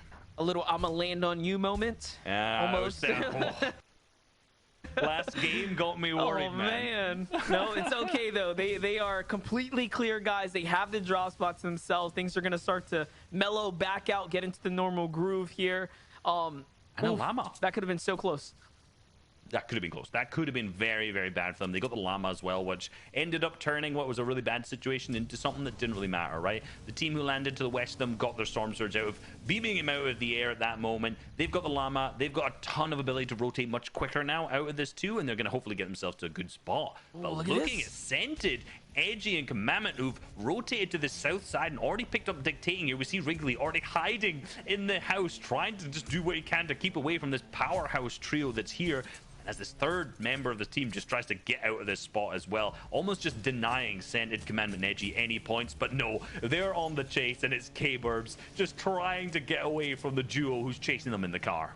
The best part about this is that it seems like they were just saving this trump card for the last game because they know that the strategy of this trio, right? One player's always going to be down here trying to farm out, and this is why they take advantage of this entire thing. And leaving one player behind up on the mountain is probably the biggest risk that they're going to put forth. But it's a 2v1 situation. We're talking about two of the best to have ever done it here, up against K-Burbs right now. K-Burbs, he's up. He's got a big shoes to fill here if he wants to win this fight right now. But it's about to be all over here as they start to hop in. There it is. Commandment wraps him up. And what do you think? I'm thinking they were waiting to play this one out right here. And all of a sudden now they have all the surge and attacks that they need. Yeah, let's set this up in comparison to the previous season, right? They made a push that went onto Flush Factory that didn't end up working out for them in the final match. But in that time, they were leading. They were in the position where they didn't need to choke at that point. It was so close. Right now, Scented Commandment Edgy have nothing to lose. They are down. They're in third right now. They need the eliminations, and they need a huge game as well in order to push themselves back up in the leaderboards. Being down like this is the play. They've saved it for the moment. They know. Yo, what a fucking loser. South them. They've looted fast. They've rotated early, and they've pushed into that position and picked up an easy 2 eliminations here, which has summoned and kind of dealt with some of those real issues that they had with Storm Surge, which we have not seen them deal with typically before, but somehow in the second day, very problematic for them. Yeah, definitely. Those problems start to pile up here, but hey, they're getting ahead of the issues before they really start to take its course. Kanata, Saf, and Stretch, you know, having a great day right now. 139 points so far. And the best case scenario for them, the top 3 teams to have a struggle of a round before, then all of a sudden them to have just a pop-off game off the backs of Stretch's big clutch there. They're in 4th place, sitting comfortable, at least in a fight the first place spot. Now, it is, of course, going to come down to whether or not the performance can be met, right? If Dukes, Justin, users can outperform Tabs, Teo, and Pledge, and then the rest of the lobby, that'll be that. That'll be wraps. But we already know anything can happen. Anything can happen. Indeed, they're already situating themselves up in a nice power position early on, and they're just going to be looking to get wherever they can. These hills are often claimed by those teams who land at Lazy Lake very early on, so we're hoping to see a large split from them, which they are. They're claiming 3 different horizontal spots here, which is good. They can have the most opportunity for tags. And actually, we saw in the feed there, Commandment finished up onto Wrigley there. So that was the 3rd elimination. So they picked up that final elim from that trio. So they were not slowing down anytime soon. They were still looking for that aggression. And they have set themselves up fantastically in this game. Same with Saf, spotting the Llama. Yeah, and they need those points, right? They need those points. Those are big points. They have a gap to fill here to catch up, Reese. Oh, hold on. Oofishy's team being pushed by Moo right now. This is some animal-on-animal violence, but no, he's managed to back on out into his teammates of Kaz. I was worried that I thought Kaz and Aspect potentially had been knocked or were down out early, and this was the finishings of a final race here, but no, he's managed to get back into his teammates. This doesn't seem to be an engagement that we're going to see happening, and I'm wondering if in this final game we're going to see teams like Moo, right? Those teams who are lower down on the leaderboards go for a more aggressive game and try to pop off with a bunch of eliminations, because honestly, like, you kind of have nothing to lose at that point. Realistically, they're down in 32nd. If they want to get, I think, top 26 is where they get more money out of this. So they need a huge game anyway. So for them, they kind of might as well up the aggression and see if they could pick up a ton of eliminations and a victory royale too. Yeah, let's not forget, these placements stay with you as well, right? Your competitive career. So everyone here is hungry. They have the mentality of doing the best that they can. And, you know, sometimes you just got to game the system. You got to game the format. And if that means you need a big round with a ton of eliminations and not just an end game, hey, we're going to see some upsets here for sure. The potential is very high. But I think we've seen enough of those clashes, right, between some of the top teams, at least for what we'll see unfold for a last game here, game number 12 in the early game. Everything else should be relatively smooth sailing from here on out as far as the traditional pacing goes, the normal clashes and whatnot. The early game fights, I don't see any of our top tier teams, if they haven't been taken out already, getting jumped on anytime soon. No, I think all of our top tier teams are situated in the top tier positions. This is a South zone, which remember has benefited the majority of our top 5 teams as well, right? Because SAF is relatively centered, being in Lazy Lake, but obviously a little bit to the south. We've seen Commandment sitting in Edgy, already wanting and asking for those South zones as well. We see right now Slacks, Acorn, and Jack, who's currently in 5th, also being a South Zone team as they drop at Slurpy Swamp, rotating themselves up now onto the Guardian Tower here. So, benefiting a lot of our top teams. Let's take a look here, though. And a quick stack, 40 points separate first from fifth compared to 70 points going into the final game last season. It's really just starting to show us how close this really is for our top 5 teams, guys. It is so close, and it has never been closer for us here on the desk. So, you know, if you are rooting for any of these guys, they all have a true fighter's chance for taking this all here. This is what you want to see going into the final games. If you're a player, you want to have that 70-point lead. You want to keep your distance. You want to make sure that you're solidified at the top. You're safer, right? You have that position down. But for us watching, let's be real. I want to see a close game. I want to see it go down to the wire in the final match. This is it. I mean, yeah, it hasn't been closer. Teo here, caught out by himself. Where is his teammates? Why is he eyeballing up a full trio right now? Pledge and Tabs G are down. This is devastating for our second place team right now. They are 5 points off of number 1. How can you put all this pressure on Teo's shoulders right now to actually pull home this win right now? I mean, you can't. You've got to remember that he's going to be struggling with Storm Surge by himself to start with. Not only that, if he manages to get the 5 points out from getting that first placement threshold, and somehow Duke's team doesn't, which it doesn't seem like they're going to this moment, they're still not going to win on a tiebreaker. They're still not going to win the tiebreaker. So he needs more eliminations. They need an additional point to go alongside of that. And that is not looking like it's going to happen right now. So for Teo's team, this is so critical, and I'm not sure how he's going to do it. I would love to understand what the comms are going to be like, what the passion is going to be like in that call right now. I'm sure, to be honest, I think they're going to be deadly silent. Oh no, Teo's getting pushed up on first. Jonathan already moving on through. Teo's not confident about this, trying to change his layer. He's going to go all the way down here, giving up the power position here. Expanding materials, trying to put up a fake, just a front right now to show, hey, you have some room to work with. Blowing through all the mess. You have to in these kind of spots, in these kind of situations. You just have to. And that's all the panic setting in here. Not leaving anything for risk. Be careful with that floor, though. Be careful indeed. He's used the majority of materials here. This is heartbreaking, honestly. This is devastating to watch as he's created such a good base for him. But I don't even know if that edge underneath there is in the storm. I'm not sure if he's actually managed to make the full rotate in using those materials yet. And if we see the team above Frist's team with Joji and Visuals notice this, man, they've only heard one footstep, they've only heard one player build, and if they find him down there and realize that it's Teo, it could be over. But he's managed to be 4 damage above the threshold right now. That is so close, and if that sticks, I will be very, very surprised. Oh my gosh, and not only that, all those mats he built, it's not towards the direction of the new zone. It is in the opposite direction. So he's just putting up all this, again, this spacing here. I was wondering if it was for just a fight, maybe he was trying to fight for the reboot card or something, but no, time's surely gone now. Teo peeking the cone here, trying to see if he can get any extra info right now to jump in, find a tag here. He's going to need it, guys. He's going to have to go for it. Mind you, these are enemy walls, heavy material as well. He's exposed to the side there. Oh, wait a second. These are his old builds here. Okay. He can actually work with this. That's it, but he's dropped below. He's now 12 below. If he had to get an opportunity, that could have been it. I hope that there's materials in there. He's crouching. He still doesn't know if there's any of those enemies still left in there, but we know they've dipped. Actually, there's one whole team at the end, and I don't know. Tons of heals. But look at this. He could out-heal this. Okay. So this could be it, right? He needs to get a top 25 from here, which is going to get in the next threshold.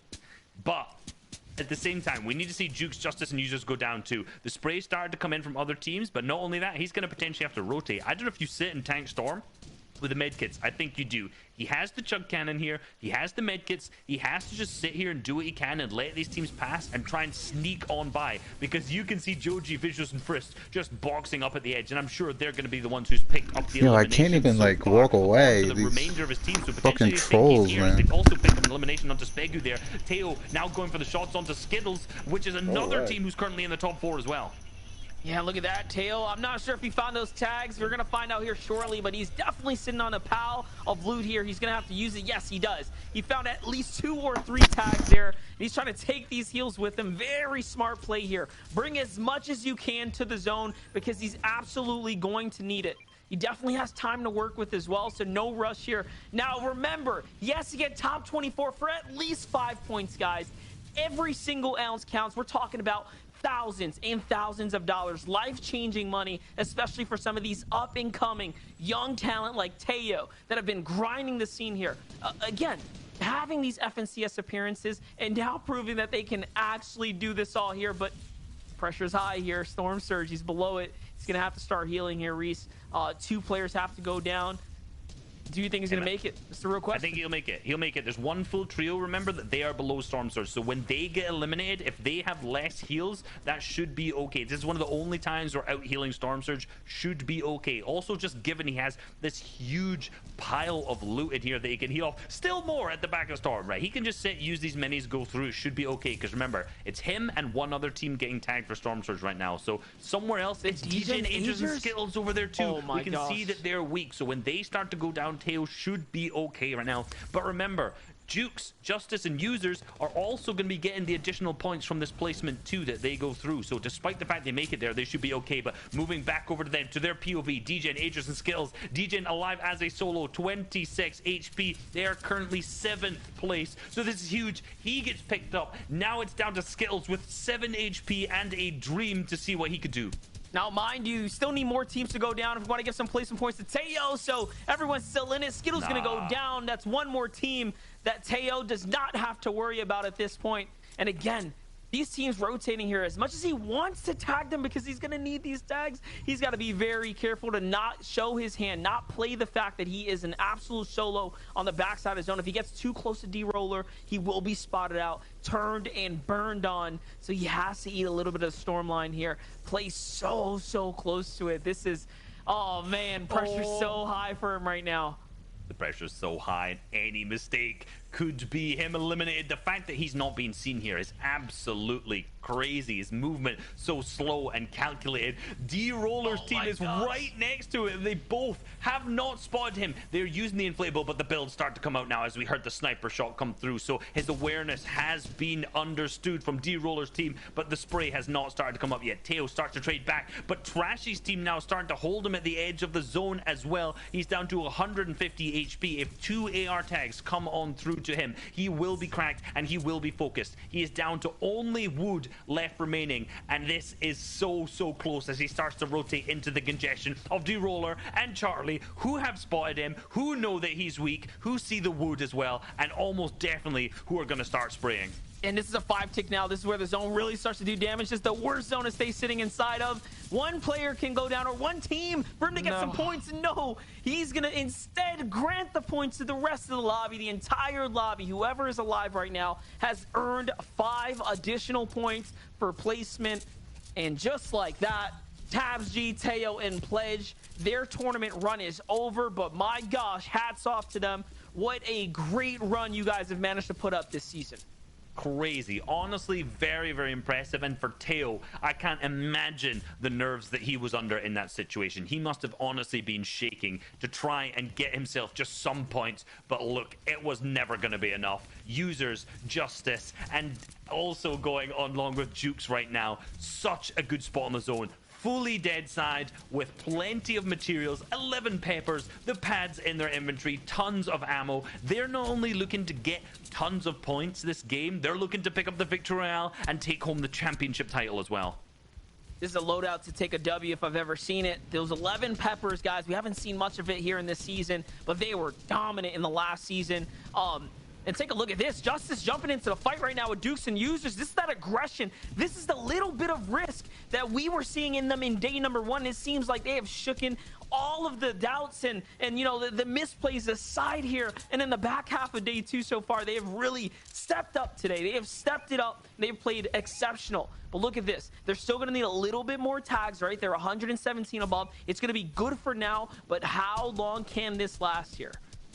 I think they can last it for a while, right? 12 players need to go down. I'm sure they'll manage to get at least a couple more tags from this position as well, given the players around them. We see Damir reverse down below. Obviously, Sharkman's team here too. LG, Joji's team too. But Jode, no, this could be overly aggressive. They may not need this, but I'm sure they've hit the tag. That's a 34. White comes out. No, they've picked up the elimination. They've solidified themselves. I don't think that was a point. I'm not sure. Yes, no, Jukes actually got 2 eliminations. So 4 points from that. More Storm Surge and more material materials as well. Now, what if they pull high ground right now with that refresher they're sitting on here? This could be everything and more for Justice, Dukes, and Users here. It's Commandment, Edgy, and Scented. They have to be shaking in their boots right now as Saf. Oh, wait a second. Saf is down right now. This is stretching Kanata's trio that we're looking at. 2 damage below the Surge. This is rough. This is so rough for them right now. And again, they have to They make it get rotate zoned. with the entire team to Users do get that as well. zoned. Users does get zoned. They're probably Oh going to my take gosh. height as well, which will be huge for them. But Scented Commandment Edgy, 4 eliminations to their Wow. name, in the best position we have seen them in all day so far, and they're looking to make it better. These here, the Ocus they are team is going getting for tagged it. by the Surge, and they are indeed going for it. They're looking for the aggression. They're spraying Oh the my floors up. gosh. They drop the entire trios down. Knock body as well. They pick up the final elimination. I'm not sure if they got the points for it, but they're getting chunked back, but they are not fussed at all. They're getting out there with camp materials and perfect HP, ready to go into the end game. This is looking like a 2-horse race.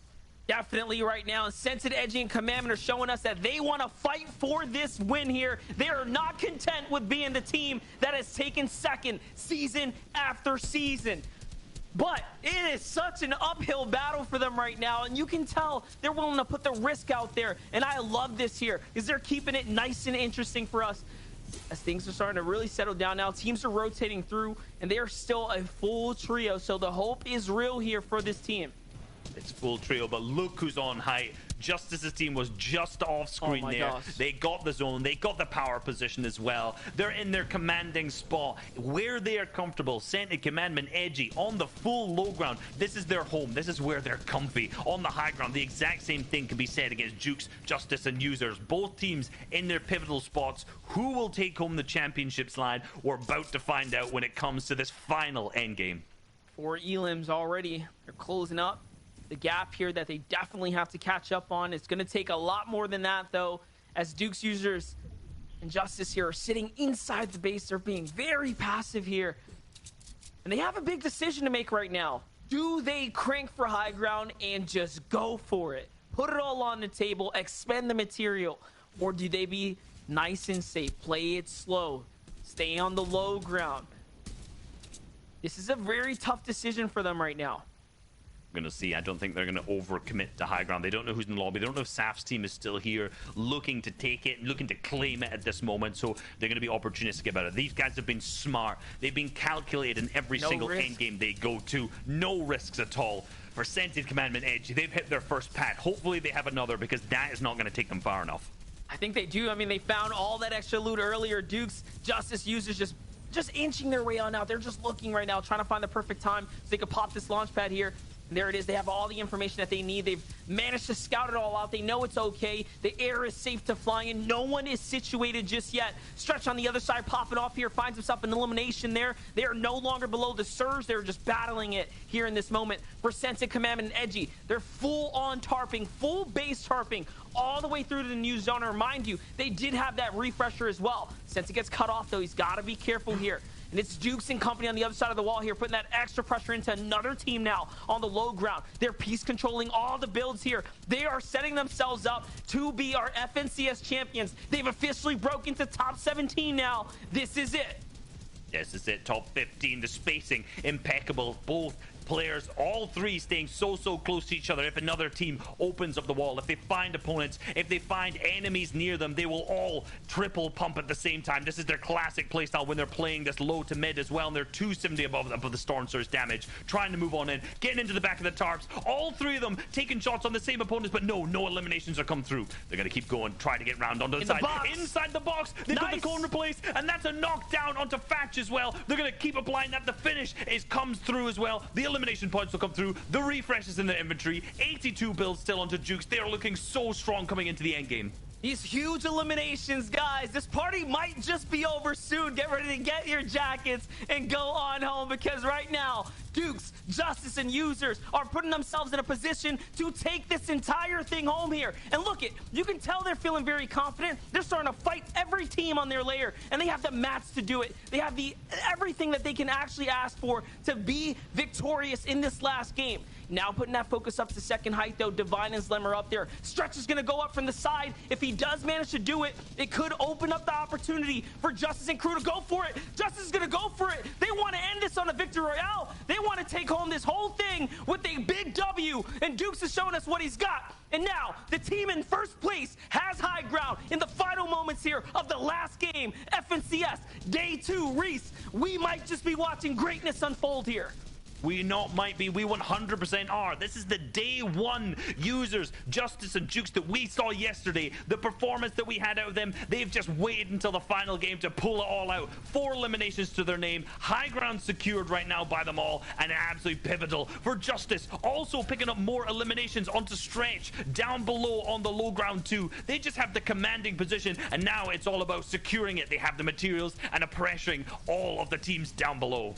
This is it. Senta's still up, Senta goes down, Edgy goes down, and now you are officially watching Justice, Dukes, and users cruise their way on home and take home the Axe of Champions here. It's all going to start unfolding. Commandment goes down to the hands of the high ground team. That's right. They'll be your new FNCS champions, and they could take this home on a W. Put the shots down. Take home the win. All that hard work that they put in this weekend can finally pay off. And yes, Justice, you deserve to dance on height because this is your game. Game number 12, the last game. Reese, here it is. The final moments now. The shots are coming through. There's only 2 teams between them and finally solidifying that big W they fought so hard for. Here it is. The last player. The low ground. Bring it on home, boys. And as a trio, they do it. There it is. GG's. Not only will the Victory Royale go to Jukes, Justice, and users in the final game, the FNCS Championship will also go to them. The pickaxes, the crowns on their head. Clinical play throughout the whole weekend. They had us worried in the second half there for a minute. They absolutely did, but they pulled it on back with a Victory Royale in the end. That is the greatest way. That is the greatest way any team can win, and a full-on FNCS is with a Victory Royale, Reese, and we got to watch it. Front row seats. Yo, we got to watch it from the front row as well. I couldn't have asked for anyone better to do it with at the same time, man. Definitely. Hey, listen, we're out of here. We're going to sign off. Monster D-Phase, Reese, those games are great. Des, take it. Take it from here, guys. Thank you guys so much. You are 2 incredible casters. Reese, listen, massive shout out, brother. You went as an analyst, 8 games in EU. You came over here, 6 casted games. Fortnite fam, y'all know what to do. Give him a follow, okay? Give MDF a follow as well. My goodness, I just cannot believe, right? This was the kind of story that developed yesterday. Dukes' trio, this trio that just showed up, was so dominant, right? They leave qualifiers, and where they'd won like 3 games back to back, and we're thinking like, wait, we are not even watching that heat. How powerful and potent is this team? Suddenly they roll up here. Yesterday, 5 games in a row, they did not leave first place. Game number 2 today, they leave first place, and we think, is this it? Is this the end of the Dukes trio? Could they have started so strong to then suddenly be dethroned in day number 2? No, Vivid, no! Yeah, and if you guys were looking at those highlights right there, we saw the sniper rifle elimination come through from Frist on the tabs. He was in second place, which basically secured the champions here, Dukes, Justice, and users. They are your Chapter 2 Season 7 FNCS champions. The Day 2 stats. Oh, there we go. Fixed now. 333 points, 2 Victory Royales, 64 eliminations, and a 9.5 average placement. These guys played incredible. Day 1, they blew us out of the water. We couldn't even believe how well they were playing. Day 2, a little shaky at the start, as MDF alluded to, but they cleaned it up at the end. They did, and they put on such a great show for all of us as well watching. You know, our predictions were, I mean, mine was way off, but you guys got very close with, you know, Scented Commandment trio there. But I think with these guys, what was so special is that they've constantly managed to turn things around. When everything was thrown at them, there they are. And not only have they got that points tally, not only have they got the AXA Champions, they won $135,000 between the 3 of them to share as well, which is absolutely magical. I shared earlier on a kind of a post saying that, you know, let's get behind these guys, because this is an opportunity to really put themselves on the map. This gives them a future, and we can celebrate that with them. And they have done exactly that. They've given themselves such a pedestal to kick on and have an incredible career from this point onwards in Fortnite. And it's amazing to see. But we saw there, you couldn't have asked for it when it was perfectly written as well. To get the victory royale in the very last game, Vivid. I mean, this is a thing of beauty. You can't write this any better. It was scripted, Adam. Come on, let's just tell them, right? It's all scripted, yeah. We wrote this ages ago.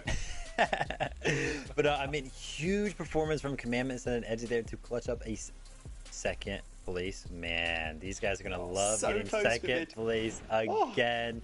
$105,000 for those guys to share. And, we're just going to give you guys a quick little recap on our day 2 start. Let's not forget that Clarity G, Knight, and Shark came out with a statement, right? There's back-to-back victory royales in Game 1 and Game 2 today. We thought that they were going to make a really good contention for that, top 3 slot, but, they ended up falling off a little bit towards the end. And this was a huge win coming out of Roking. I believe they just finished in 9th, so, this contributing to them finishing that high up on the leaderboard. Yeah, we see Degen, Ages, and Skittles here as well, who managed to get themselves really back in contention by propelling themselves back up with that victory royale and a ton of eliminations to go with it here. Then we saw Frisk, Joji, Viscals as well come back with again, almost 10 eliminations there, and really putting themselves in with contention to at least, obviously we know the prize pool is a huge kind of positive that comes out of this as well here, competing at FNCS, and those guys really did that up the leaderboard.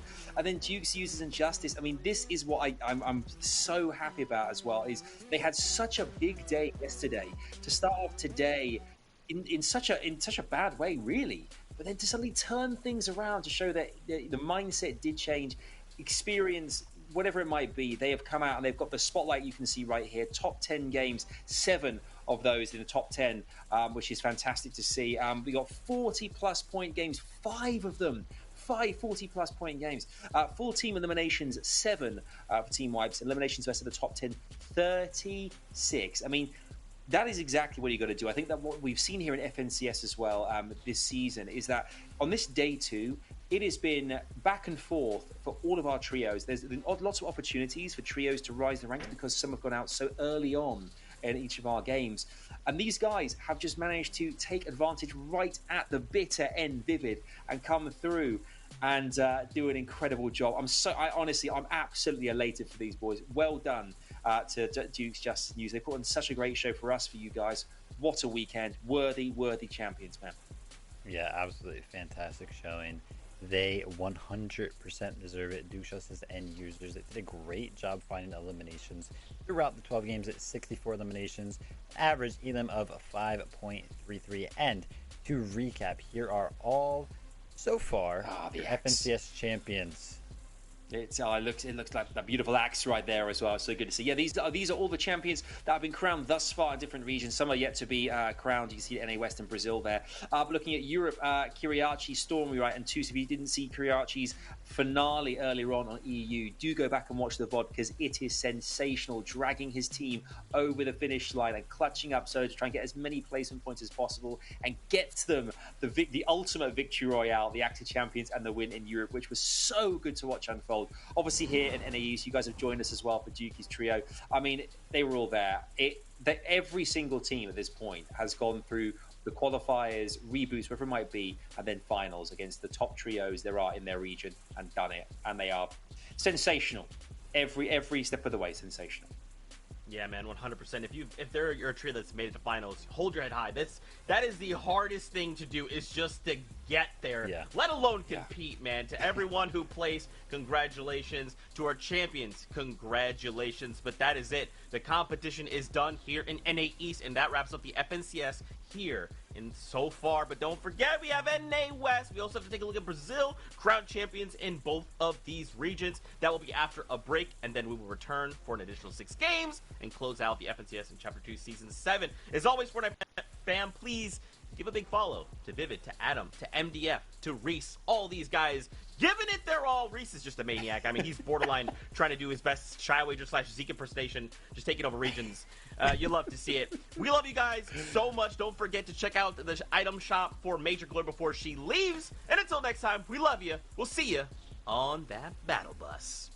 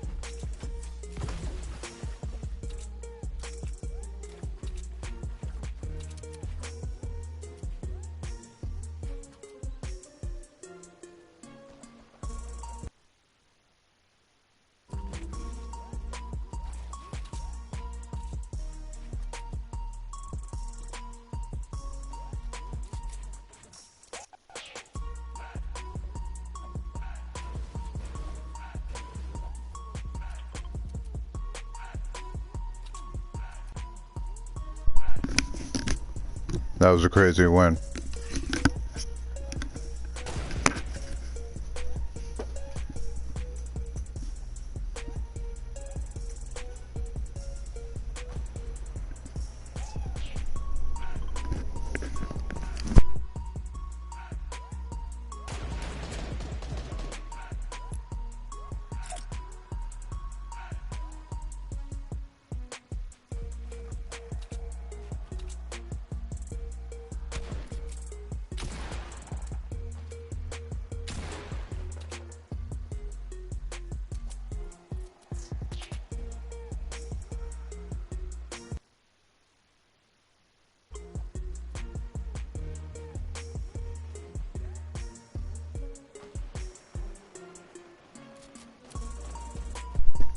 Yo, Six, what up?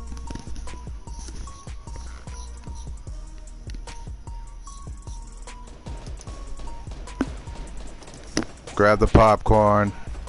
We're watching NA West. 30 minutes.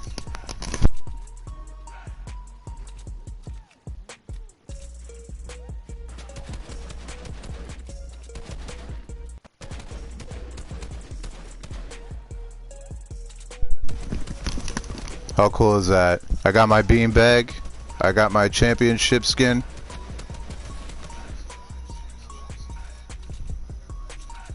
I push this square button. Boom.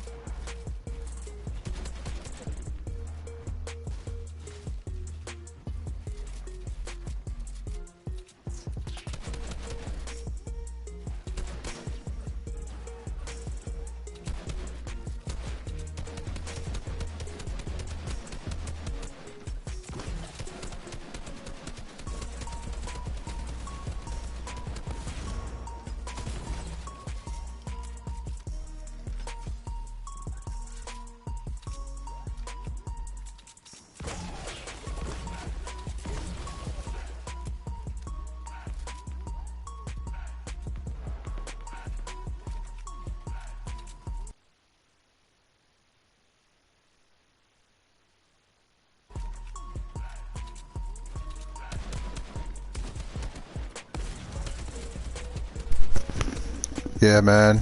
Thanks for the lurk, my dude.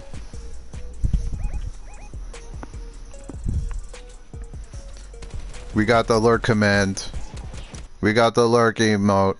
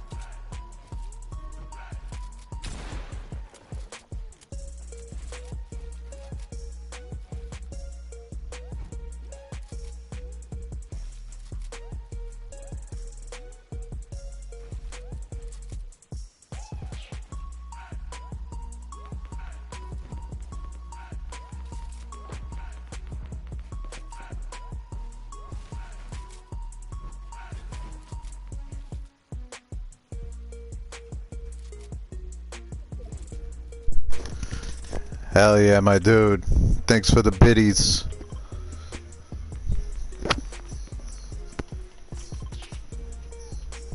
I have biddy emotes. I don't know how you get them, but they exist.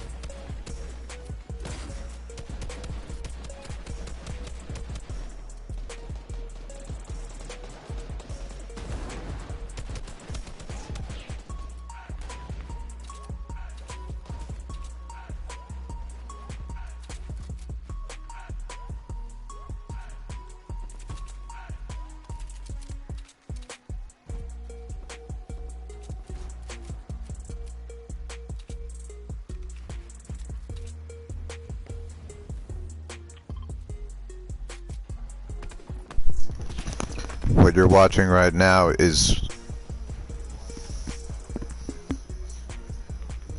the Brazilian finals highlights. Not I don't think it's live right now.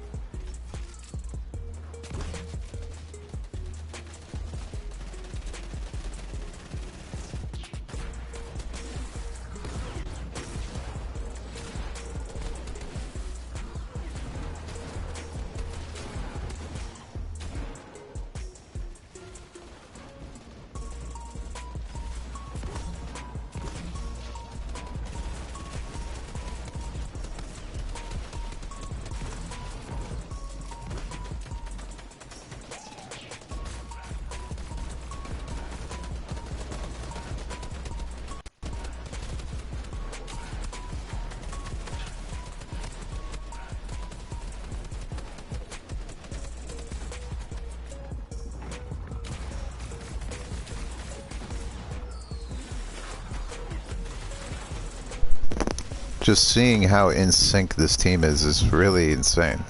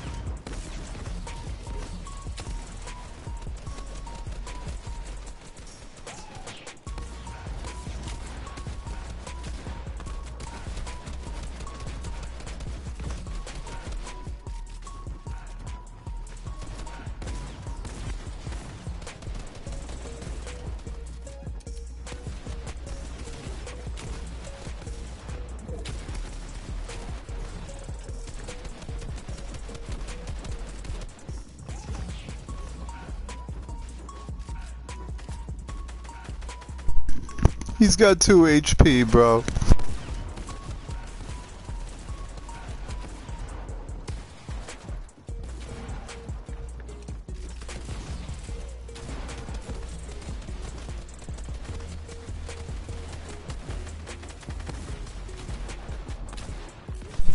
So because he got a kill, he got life.